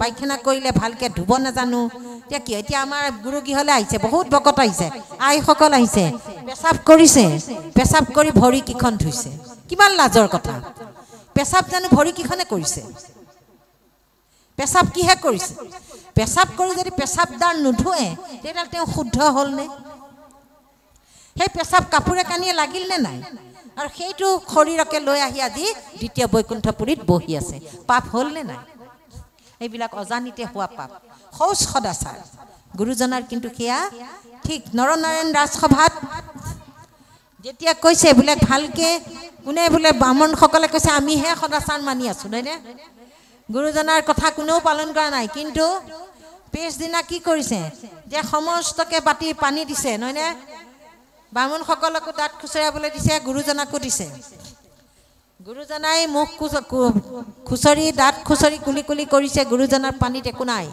কিন্তু ব্ৰাহ্মণ সম্প্ৰদায় সমস্তই মুখ ধুইছে সকলোৰে বাতিত আহাৰৰ টুকুৰা ওলাইছে বুজিছেনে খাদ্যবিলাক ওলাই পৰিছে কিয় হৈছে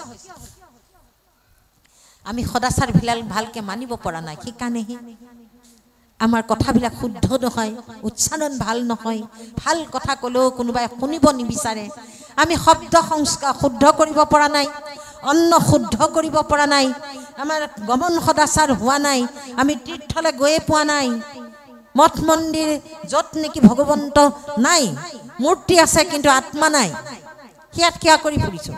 সেইকাৰণে মীৰাবাইয়ে এটা ভজনৰ দ্বাৰা আমাক বুজাবলৈ চেষ্টা কৰিছে। কি বুলি কৈছে? দৰ্শন দেঘন শ্যাম নাথ মোৰে আখিয়ে প্যাসী ৰে,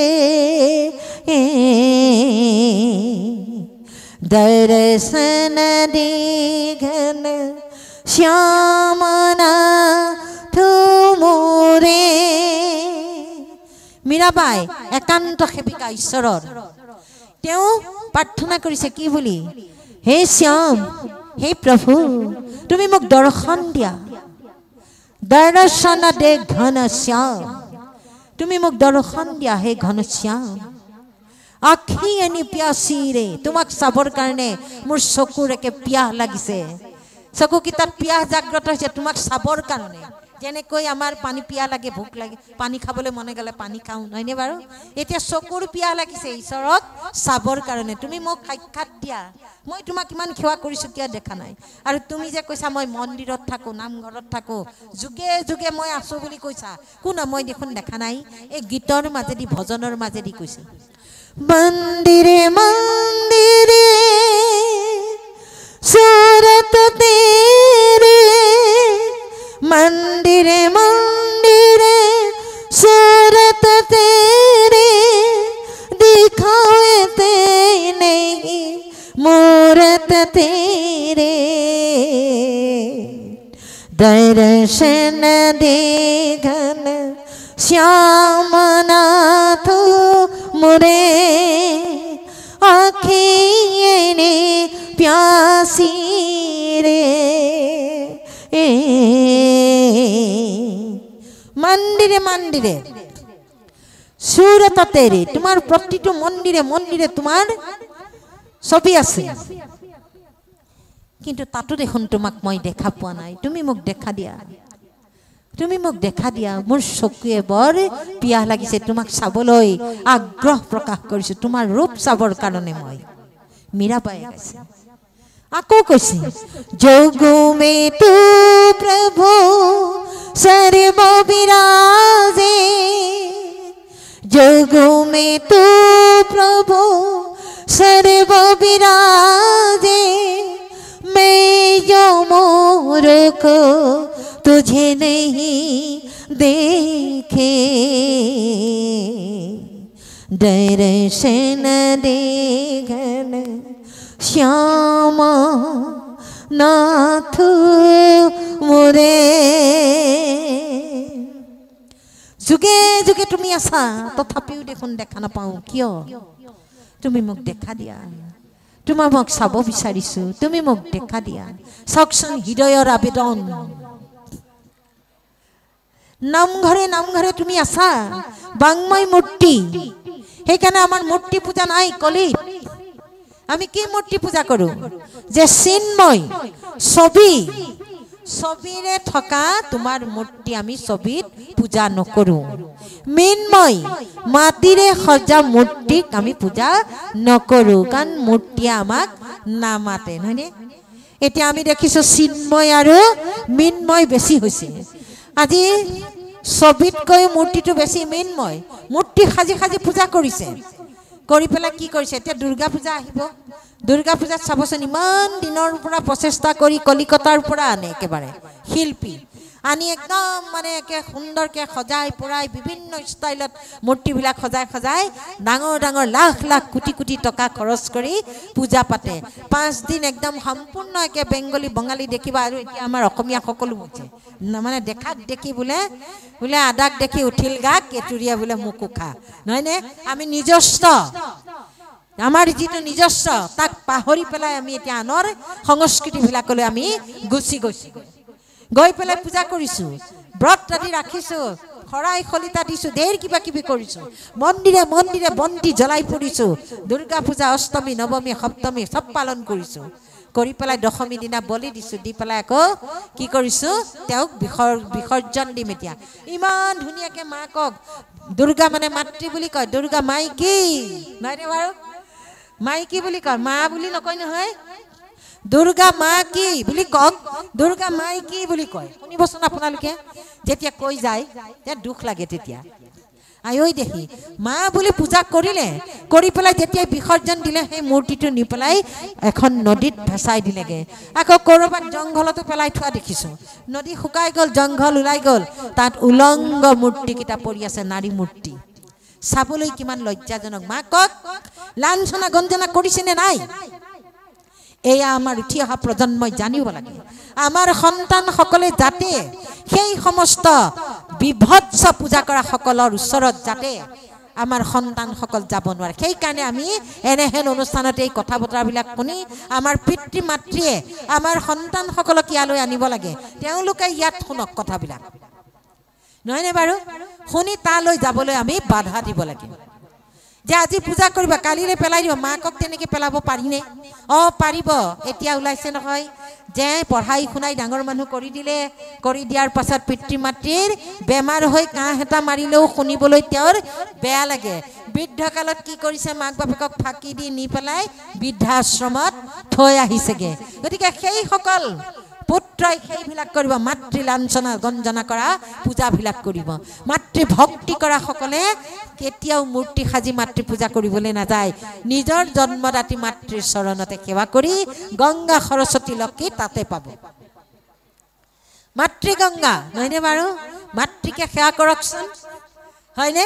গতিকে আমাৰ গুৰুজনাৰ ধৰ্মত, আমাৰ হিন্দু সমাজখনৰ বৈষ্ণৱ ধৰ্ম এক হৰিনাম ধৰ্মৰ অৰ্থ হৈছে আমি ভাগৱতকে আমি প্ৰতিষ্ঠা কৰি বাংমাই মূৰ্তিয়ে আপোনালোকৰ নামঘৰত আছে ভাগৱত, নহয়নে বাৰু? সেই ভাগৱত আমাৰ শব্দ ব্ৰহ্ম, এতিয়া তাত শাস্ত্ৰ হৈ আছে। আজি আমি ভকতে ইয়াত চৈতন্য কৰিছোঁ, নহয়নে বাৰু? পঢ়ি ইয়াৰ মাজৰ শব্দৰ অৰ্থখিনি ভেদ কৰি এই শাস্ত্ৰই যি কৈছে সেই ধৰ্ম পালন কৰি আমি আমাৰ জীৱনটো ধন্য কৰিব পাৰোঁ, হয়নে? আমি বেছি হেৰি কৈছোঁ নেকি বাৰু? আমাৰ মানে খুব দুখ লাগে এইবিলাক কথা মনত পৰি গ'লে। গাড়ীয়ে মটৰে আহোঁতে দেখোঁ যে মূৰ্তিবিলাক, বিৰাট দুখ লাগে। আজি এগৰাকী মাতৃক ইমান ধুনীয়াকৈ সজাই কাপোৰ কানি পিন্ধাই সেইখিনি কৰিলা, আৰু এতিয়া কি কৰিছা, নহয়নে? আৰু এতিয়া আমাৰ মাতৃসকলে নিজক উপলুঙা কৰিছে, নিজক ধৰ্ষণ কৰিবলৈ ঠেলি দিছে। কেনেকৈ দিছে? আপোনাৰ সবে চাগে মোক বেয়াই পাব দেই, বেয়া পালেও কথা নাই, এইকেইটা কথা ক'বই লাগিব। কাৰণ আমি ধৰ্ষণ কৰিবলৈ আমি নিজে উদঙাই দিছোঁ আমাৰ দেহাটো। আজি আপোনাৰ খবৰ ইয়াত এটাই ভাল লাগিছে, অহাৰ পৰাই আমি গৃহস্থ ঘৰতো, আমাৰ সভাপতি বাপৰ ঘৰতো আমি আশ্ৰয় লৈছোঁ, অকণমান জিৰণি লৈছিলোঁ, তাতো দেখিছোঁ আইসকলে ইমান সুন্দৰকৈ ৰিহা পৰিধান কৰিছে। আমাৰ মানে খুব ভাল লাগিছে। ৰিহাখন আমাৰ স্বামীৰ প্ৰতীক। আমাৰ বাহ্যিকত যি আমি স্বামীজনক ভকত ভগৱন্তক সাক্ষী কৰি মাল্য প্ৰদান কৰি যিজনক স্বামীৰূপে আমি গ্ৰহণ কৰিছোঁ, তেওঁ আমাক তিনিটা বস্তু দিছে, নহয়নে? আইসকলে কওকচোন কি তিনিটা বস্তু? আপোনালোকে কওক, জোৰত কওক, মই শুনা নাই। আই কওকচোন, আই কওকচোন, কি কি কওক, উঠি কৈ দিয়ক, কওক। কি কি বস্তু কওক, তেতিয়াহে মোক ক'বলৈ ভাল লাগিব।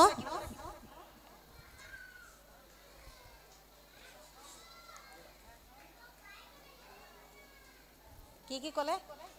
ৰিহা, উৰণি আৰু সেন্দুৰ কৈছেনে? আয়ে কৈছে বাৰু, ভয় ভয় হিচাপে আয়ে উঠাই দিছে যে আমি স্বামীয়ে আমাক তিনিটা বস্তু দিয়ে, সেইকেইটাই হৈছে উৰণি, ৰিহা, সেন্দুৰ। এগৰাকী যুৱতীয়ে যেতিয়া বিবাহ পাশত আবদ্ধ হয়, সেই তিনিটা বস্তু আমি স্বামীৰ পৰা পাওঁ, নহয়নে বাৰু? সেইকেইটা বাৰু আমাক সেইদিনাখনে লৈ আৰু ল'ব নালাগে বুলি কৈ দিছে নেকি বাৰু তাত? এই শাহুৱেকে যে আহি জোৰোণৰ দিনা পিন্ধাই, তেতিয়া বাৰু শাহুৱেকে কৈ দিয়ে নেকি যে আজি আৰু কালিলৈ ল'বা, কালিলৈ মোৰ ল'ৰাটো আহিব তোমাক দৰা হৈ সাজি বিয়া পাতি নিবলৈ, কালিলৈ সেন্দুৰটো ল'বা, ৰিহাখন ল'বা, উৰণিখন ল'বা, তাৰপিছত আৰু নল'লেও হ'ব, এনেকৈ কৈ থৈ যায় নেকি বাৰু? যায় নেকি বাৰু?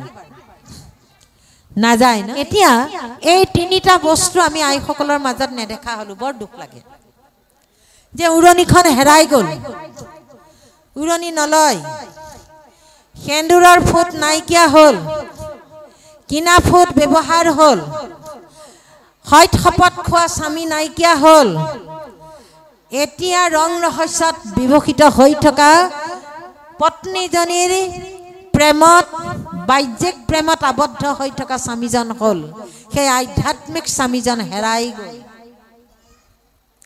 সেইজন স্বামী যদি এতিয়ালৈকে বৰ্তমান থাকিলেহেঁতেন তেতিয়াহ'লে তেওঁ পত্নীগৰাকীক চকু দিলেহেঁতেন যে তুমি এইবিলাক কিয় এনেকুৱা কৰিছা বিবাহতটো এইটো নহয় ৰিহাখন আমি ঘৰত নলওঁ হয় কিন্তু ধৰ্মীয় সভাবিলাকলৈ আহিলে ভকতৰ মাজলৈ আহিলে মেল মিটিঙলৈ গ'লে আপোনালোকে ৰিহাখন পৰিধান কৰি যাব কাৰণ আপোনাৰ স্বামীজনে বৰ দুখ মনেৰে বৰ চিন্তা চৰ্চা কৰি আপোনাক ৰক্ষণাবেক্ষণ দিবৰ কাৰণে ৰিহাবাক দিছে যে তেওঁ এটা কথাই মনত বান্ধি লৈছে যে জগতত যিমানবিলাক যুৱতী আছে তাৰ ভিতৰত মই এগৰাকী যুৱতীহে মোৰ পত্নী ৰূপে মই তেওঁক মানে পছন্দ কৰি লৈছোঁ নহয়নে বাৰু যে এইগৰাকীৰ বাহিৰে আৰু মই আনক আকৌ পত্নী বুলি চকু দিব নোৱাৰোঁ দিলেই মোৰ বিপদ নহয়নে বাৰু চালেই মোৰ বিপদ হাত কেৰি লাগি যাব নহয়নে বাৰু গতিকে মই এওঁৰ পৰা আৰু বেলেগক মই চাব নোৱাৰোঁ শৰণ দিওঁতেও কৈছে নিজৰ পত্নীজনীৰ বাহিৰে আনক তোমাতকৈ সৰুজনক ভগ্নী চাবলৈ কৈছে তোমাতকৈ ডাঙৰজনীক বাইদেউ বা মাতৃ জ্ঞান কৰিবলৈ কৈছে নহয়নে বাৰু এই কথাবিলাক শৰণতো দি দিয়ে আৰু আমাকো তেনেকৈ কয় নহয়নে বাৰু কোনো এজন যুৱকক বিবাহ কৰাৰ পাছত সেইজনকহে স্বামী আৰু দ্বিতীয়বিলাকক আৰু চাবলৈ মানা কৰিছে ডাঙৰজনক পিতৃ ভাতৃসমূহক জ্ঞান কৰিবলৈ কৈছে সৰুজনক নিজৰ ভাই দৰে চাবলৈ কৈছে নহয়নে বাৰু তেনেকুৱা কৰিবলৈ কৈছে কাৰণ নহ'লে আমাৰ খোজে প্ৰতি অপৰাধ হ'ব সেইকাৰণে সেই স্বামীজনে ৰক্ষণাবেক্ষণৰ কাৰণে এই শৰীৰটো তেওঁ জানিলে যে এইগৰাকী পত্নীৰ মায়াময় শৰীৰটোৰ অধিকাৰ মাত্ৰ মোৰহে আছে আনৰ নাই এগৰাকী যুৱতীয়ে এখন গৃহৰ পৰা আন এখন গৃহলৈ যাব যেতিয়া দুখে কুলাই পাচিয়ে নধৰা হ'ব ইষ্ট কুটুম্বক দেখাৰ লগে লগে হিয়া উজাৰি কান্দিব মাকক দেখি কান্দিব ভায়েকক দেখি কান্দিব আয়ৈ ডিঙি একেলগে থকা ঘৰখন এৰি আজি বেলেগ এখন ঘৰলৈ গুচি যাব তাত বা কেনেকুৱা পৰিৱেশ পায় নহয়নে বাৰু সেই দুখতে কান্দি থাকোঁতে তেওঁৰ কাপোৰ কানিৰ মানে খিয়াল কৰিবলৈ তেওঁৰ মনত ভাবিবলৈ নোৱাৰিব ক'ত কি হৈছে ক'ব নোৱাৰিব গতিকে কাপোৰ কানি বেয়া হৈ যাব এই মায়াময় শৰীৰটো আনে দেখা পাব আগতে কি আছিল নাছিল নাই কিন্তু বিবাহৰ দিনাৰ পৰা তেওঁ ভাবে মোৰে অধিকাৰ আছে সেইকাৰণে তেওঁ এখন 7 হতীয়া ৰিহা দিছে মেইন কাপোৰযোৰৰ লগত যিযোৰ কাপোৰ পিন্ধি তেওঁক মাল্য প্ৰদান কৰিব নহয়নে বাৰু বাকীখিনি কাপোৰত নিদিয়ে আৰু এযোৰতেই দিয়ে গতিকে সেই ৰিহাখন গোপিনীসকলে আইসকলে সুন্দৰকৈ তেওঁৰ শৰীৰটো ঢাকি পুকি পিন্ধাই দিয়ে তাৰ ওপৰত চাদৰখন দিয়ে চাদৰখন বেয়া হৈ গ'লেও তেওঁৰ এই মায়াময় শৰীৰটো আনে দেখা কেতিয়াও নাপায় এই বিশ্বাসখন সেই স্বামীজনৰ আছে স্বামীজনৰ বিশ্বাস ৰক্ষা কৰি থাকিবলগীয়া কৰ্তব্য আমি কৰিব লাগিবনে নালাগে নিশ্চয় লাগিব নহয়নে বাৰু আপুনি স্বামীজন নোহোৱাকৈ বিদেশলৈ কোনোবা ঠাইলৈ ফুৰিবলৈ গৈছে আপুনি যদি কাপোৰ কানি ভালকৈ পিন্ধি নাযায় আপোনাকতো কোনোবা দস্যুৰ হাততো পৰিব পাৰে দুৰ্দান্তসকলে দুৰ্জনসকলে আপোনাক বেয়া ইংগিতো দেখুৱাব পাৰে কিন্তু আপুনি যদি এগৰাকী ভক্তি মাতৃৰ দৰে সুন্দৰকৈ আপোনাৰ সাজপাৰ পিন্ধি যায় আপোনাক কোনোবাই কথা ক'বলৈ সাহস কৰিবনে বাইদেউ মা বা খুৰী এনেকৈ জ্ঞান কৰিব তাচ্ছিল্য কৰি মানে প্ৰেমিকাৰ দৰে ব্যৱহাৰৰ কথাবিলাক তেওঁলোকে ক'বলৈ আপোনাক সাহস নকৰিব কাৰণ স্বামীয়ে দিয়া প্ৰতীককেইটা আপুনি ভালকৈ গৈছে নহয়নে ৰিহাখন ধুনীয়াকৈ লৈ গৈছে কাপোৰযোৰ ধুনীয়াকৈ পিন্ধিছে আৰু এটা স্বামীয়ে প্ৰতীক দিছে যুৱতী অৱস্থাৰ পৰা আপোনাক এতিয়া এগৰাকী মাতৃত্ব নাৰী লৈ সজাব নহয়নে বাৰু সেয়াই হৈছে সেন্দুৰ সেন্দুৰটো দিছে খুব সুন্দৰকৈ যে মোৰ পত্নী আজিৰ পৰা এখন লাইচেঞ্চ নহয়নে বাৰু স্বামীৰ পৰা লাইচেঞ্চ পালোঁ আৰু নহয় জানো যে সেন্দুৰ দিছে সেন্দুৰ আপুনি কেনেকৈ ল'ব আপোনাক যিগৰাকীয়ে সেন্দুৰ পিন্ধাই থৈ গৈছে তেওঁ জানে যদি কথাকেইটা কৈ যাব নেজানিলে একো নকয় কৃষ্ণ বুলি কৈয়ে আপোনাক পিন্ধাব কিন্তু গুণী জ্ঞানী জনা আইমাতৃসকলে সেই ছোৱালীজনীক যেতিয়া আমি ৰাতিলৈ আকৌ নোৱাই ধুৱাই ধুনীয়াকৈ পিন্ধাবৰাম তেতিয়া কিছুমান কথা উপদেশ আকাৰেৰে ছোৱালীজনীক শিকাই দিব লাগে কোনেও নাজানিলে মাকে যদি জানে মাকেও সেই কথাকিটা শিকাব পাৰে ছোৱালীজনীক যে কি বুলি হেয়াই তুমি আজিৰ পৰা এগৰাকী বিবাহিতা পত্নী হলা তুমি সদায় সেন্দুৰ লবা গা পা ধুই আহি মোৰ আচুৰি সেন্দুৰ লওঁতে প্ৰথমে সেন্দুৰ ক্ষীৰত লবা ক্ষীৰত লওঁতে কি বুলি লবা জানানে যে তুমি যিজন বাহ্যিকত ভকত ভগৱন্তক সাক্ষী কৰি যিজন স্বামীক তুমি স্বামী বৰণ কৰিছা তেওঁৰ কুশল মংগল আয়ুষ্যলি বৃদ্ধিৰ কাৰণে তোমাৰ ভজনীয় দেৱতা প্ৰভু ভগৱন্ত কৃষ্ণ প্ৰভুজনাৰ সোঁভৰিৰ ৰঙা চৰণৰ সোঁভৰিৰ বুঢ়া আঙুলিৰ পদধূলি তুমি শিৰত তুলি ল'বা যে মোৰ বাহ্যিক স্বামীজনৰ আয়ুষ্যলি বৃদ্ধিৰ কাৰণে হে প্ৰভু তোমাৰ পদধূলি মই শিৰত তুলি লৈছোঁ এনেকৈ তুমি 4 বাৰ ল'বা কিহৰে ল'বা ফণি চলাই কাঠিৰে নহয় ভগৱন্তই দিয়া অনামিকা আঙুলিটোৰে হে তুমি সেন্দুৰ ল'বা এই আঙুলিৰে 4 বাৰ তেওঁ যদি ল'লে আমাৰ 4 গুৰুদেৱ নাম ভকত নহয় জানো গতিকে আমি 4তেই চলো ধৰ্ম অৰ্থ কাম মুখ্য আমাৰ যোগো 4টাই সত্য ত্ৰেতা দাপৰ কলি নহয়নে বাৰু চব গতিকে 4 যিহেতুকে আমি 4 বাৰ লওঁতে আমাৰ সেন্দুৰ গৈ আমাৰ এয়া ব্ৰহ্মতালু স্পৰ্শ কৰিব আমাৰ বৈকুণ্ঠৰ ওপৰত এয়া গোলোক ধাম নহয়নে আমাৰ ভগৱন্তৰ পদধূলি গৈ পেলাই এই গোলোক ধামৰ উচ্চৰ পাবগৈ তাৰপিছত ফুটটো ল'ব কিহেৰে তিলক ধাৰণ 2 চেলাউৰীৰ মাজত ফুটটো নহয় দেই অকণমান ওপৰলৈ ল'ব কোনোবাই যদি লৈ আছে আজিৰ পৰা কালিৰ পৰা আৰু সেইকণ শুদ্ধ হ'লেও অকণমান ভাগৱত শুনি শুদ্ধ হৈছে বুলি নিজকে ভাবিব পাৰিব 2 চেলাউৰীৰ মাজত আমাৰ ফুটটো নহয় সেয়া ভকতসকলে জানে ভজনীয়া ভকতসকলে সেইটো স্থান বেলেগৰ গতিকে সেই স্থানকণ আমি স্বামীৰ প্ৰতীকেৰে আবদ্ধ কৰি ৰাখিব নাপায় ঢাকি ৰাখিব নাপায় চেলাউৰীৰ অকণমান ওপৰলৈ ল'ব কাৰ ল'ব যে বাহ্যিকত ভকত ভগৱন্তক সাক্ষী কৰি যিজন স্বামীক মই স্বামী বৰণ কৰিছোঁ তেওঁৰ সোঁভৰিৰ বুঢ়া আঙুলিৰ পদধূলি মই কপালত তিলক কৰি ল'লোঁ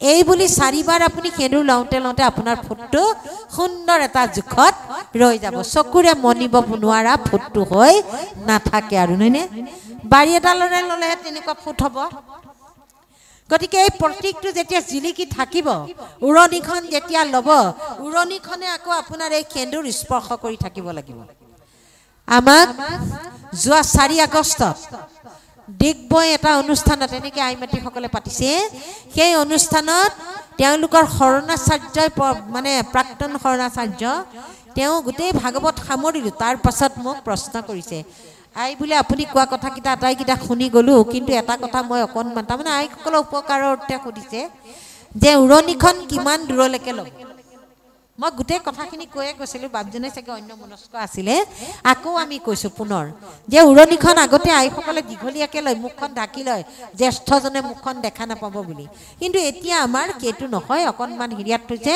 কিন্তু আমি এই 4 ঢাপৰ ওচৰত থাকিব লাগিব আমাৰ এয়া যেনেকৈ গুৰু আসনত এয়া চন্দ্ৰতাপ ঠিক তেনেকৈ আমাৰ এয়া ব্ৰহ্ম গোলোক ধামৰ ওপৰত এয়া চন্দ্ৰতাপ সদৃশ ভগৱন্তৰ পদধূলি আমি লৈছোঁ স্বামীজনৰ সুৰক্ষাৰ অৰ্থে গতিকে আমি এই উৰণি সদৃশ চন্দ্ৰতাপেৰে আমি কিন্তু ৰক্ষণাবেক্ষণ দি থাকিব লাগিব গতিকে উৰণিখনে এই খোপাতে নহয় উৰণিখন সদায় অকণমান ওপৰলৈ ল'ব লাগিব এইকেইটা যদি ক্লিয়াৰ কৰি আমি এফালে ওলাই যাওঁ আমাক কোনোবাই বেয়া ভাৱেৰে চাব পাৰিবনে আমাৰ মুখলৈ চোৱাৰ লগে লগে আমাৰ ফুটটো দেখিব প্ৰতীকটো তভজীয়াকৈ জিলিকি আছে এই দুজনসকলে আমাক বেয়া ভাৱনা ক'ব পাৰিব বোলে এওক যদি বেয়া কথা কওঁ এওঁৰ গাৰ্জেন আছে পাই বিপদ আছে নহয়নে কাৰণ ৰঙা ৰংটো সদায় ডেঞ্জাৰ্ছ নহয়নে বাৰু গতিকে এই স্বামীৰ প্ৰতীককেইটা আকৌ এতিয়া আমি সকলোৱে পাহৰি যোৱা দেখিছোঁ গতিকে এইটো নাপায়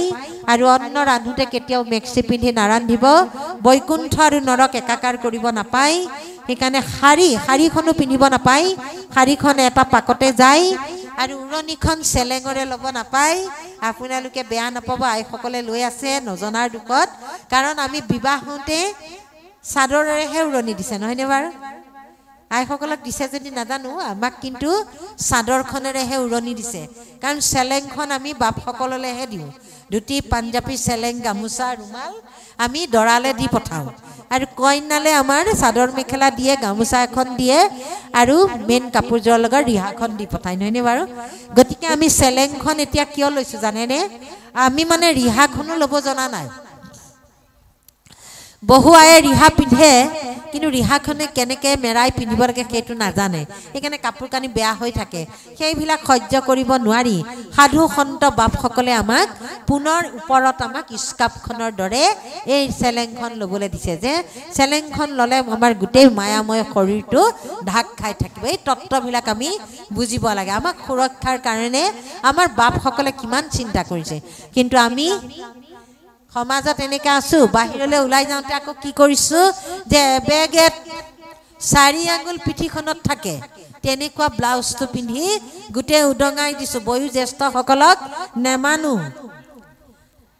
উধৰ পৰা মুধলৈ পেটটো উলিয়াই লৈছোঁ ব্লাউজটো পিঠিখনত এহাত ওলাই আছে চাদৰখনো একে 3 আঙুলমান ভাঁজটো দি লৈছোঁ গা কোনো নেঢাকেই তেনেকৈ দপদপাই গৈছোঁ পাছে পাছে স্বামীজনে চাই চাই বৰ ভাল পাইছে যে চোৱাৰ বিবাহত আকৌ একে ৰিহাখন দিছোঁ মেৰাই মেলি পিন্ধিবলৈ এতিয়া আকৌ উদঙাই দিছোঁ মোৰ মানুহজনী কোনে চাই চোৱা হয়নে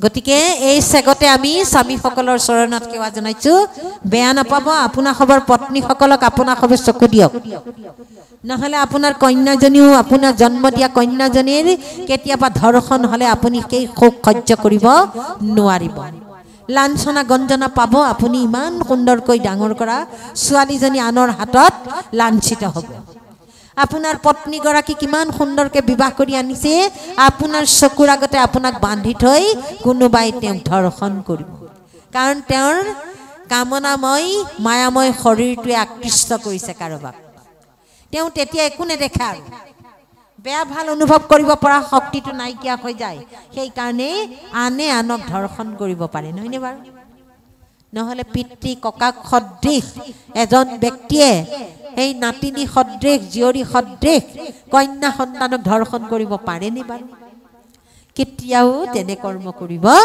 নোৱাৰে এইবিলাক সমস্যাবিলাক সমাজৰ পৰা দূৰ কৰিবৰ কাৰণে আমি নিজে সজাগ হ'ব লাগিব নিজে বিচাৰ বিবেচনা কৰিব লাগিব আইসকলে কিনা ফুট কেতিয়াও নল'ব ফুট ল'ব নাপায় গৰমত ঘামি যাওঁ বুলি কিনা ফুট লয় কিন্তু নল'ব আপুনি ঘামি জামি সেন্দুৰটোৰে ৰঙা হ'ব একো কথা নাই বেয়া কথা নহয় আমি ইমান গৰমত অসমৰ ইমূৰৰ পৰা সিমূৰলৈ প্ৰাইভেট গাড়ীত আহিলেও AC পাওঁ এই লাইন গাড়ীত গ'লে ক'ত পাম AC কেতিয়াবা AC গাড়ীত উঠিবলৈও নাপাওঁ এনেকুৱা ঘেৰঘেৰীয়া গাড়ীতে যাওঁ তথাপিও কিন্তু আমি সেন্দুৰ ফুট নেৰোঁ আজিলৈকে সেইকেইটা কৰ্ম আমি কেতিয়াও কৰা নাই সেইকাৰণে ডাঠি পেলাই এই কথাবিলাক ক'ব পাৰোঁ গতিকে সেই আইমাতৃ সমস্ত আপোনালোকে অপৰাধ নধৰিব বহুতে যদি কৰি আছে সেইসকলে হয়তো বহুত বেয়া পাইছে মেক্সি পিন্ধা আইগৰাকীয়ে হয়তো আজি ঘৰত গৈ বোলে বাদ দিয়া ক'লে আৰু সেইটো সময়ত হয়নে ক'লে আৰু এই বুলি যদি ভাবি আগৰ কৰ্মকে কৰি থাকে তেতিয়াহ'লে তেওঁ মৰন্ত কাললৈকে ভাগৱত বা ঘোষা ভাঙনি শুনিলেও লাভ জীৱনত নহ'ব আৰু কেতিয়াও ঊৰ্ধ্বগামী হ'ব নোৱাৰিব কৃষ্ণ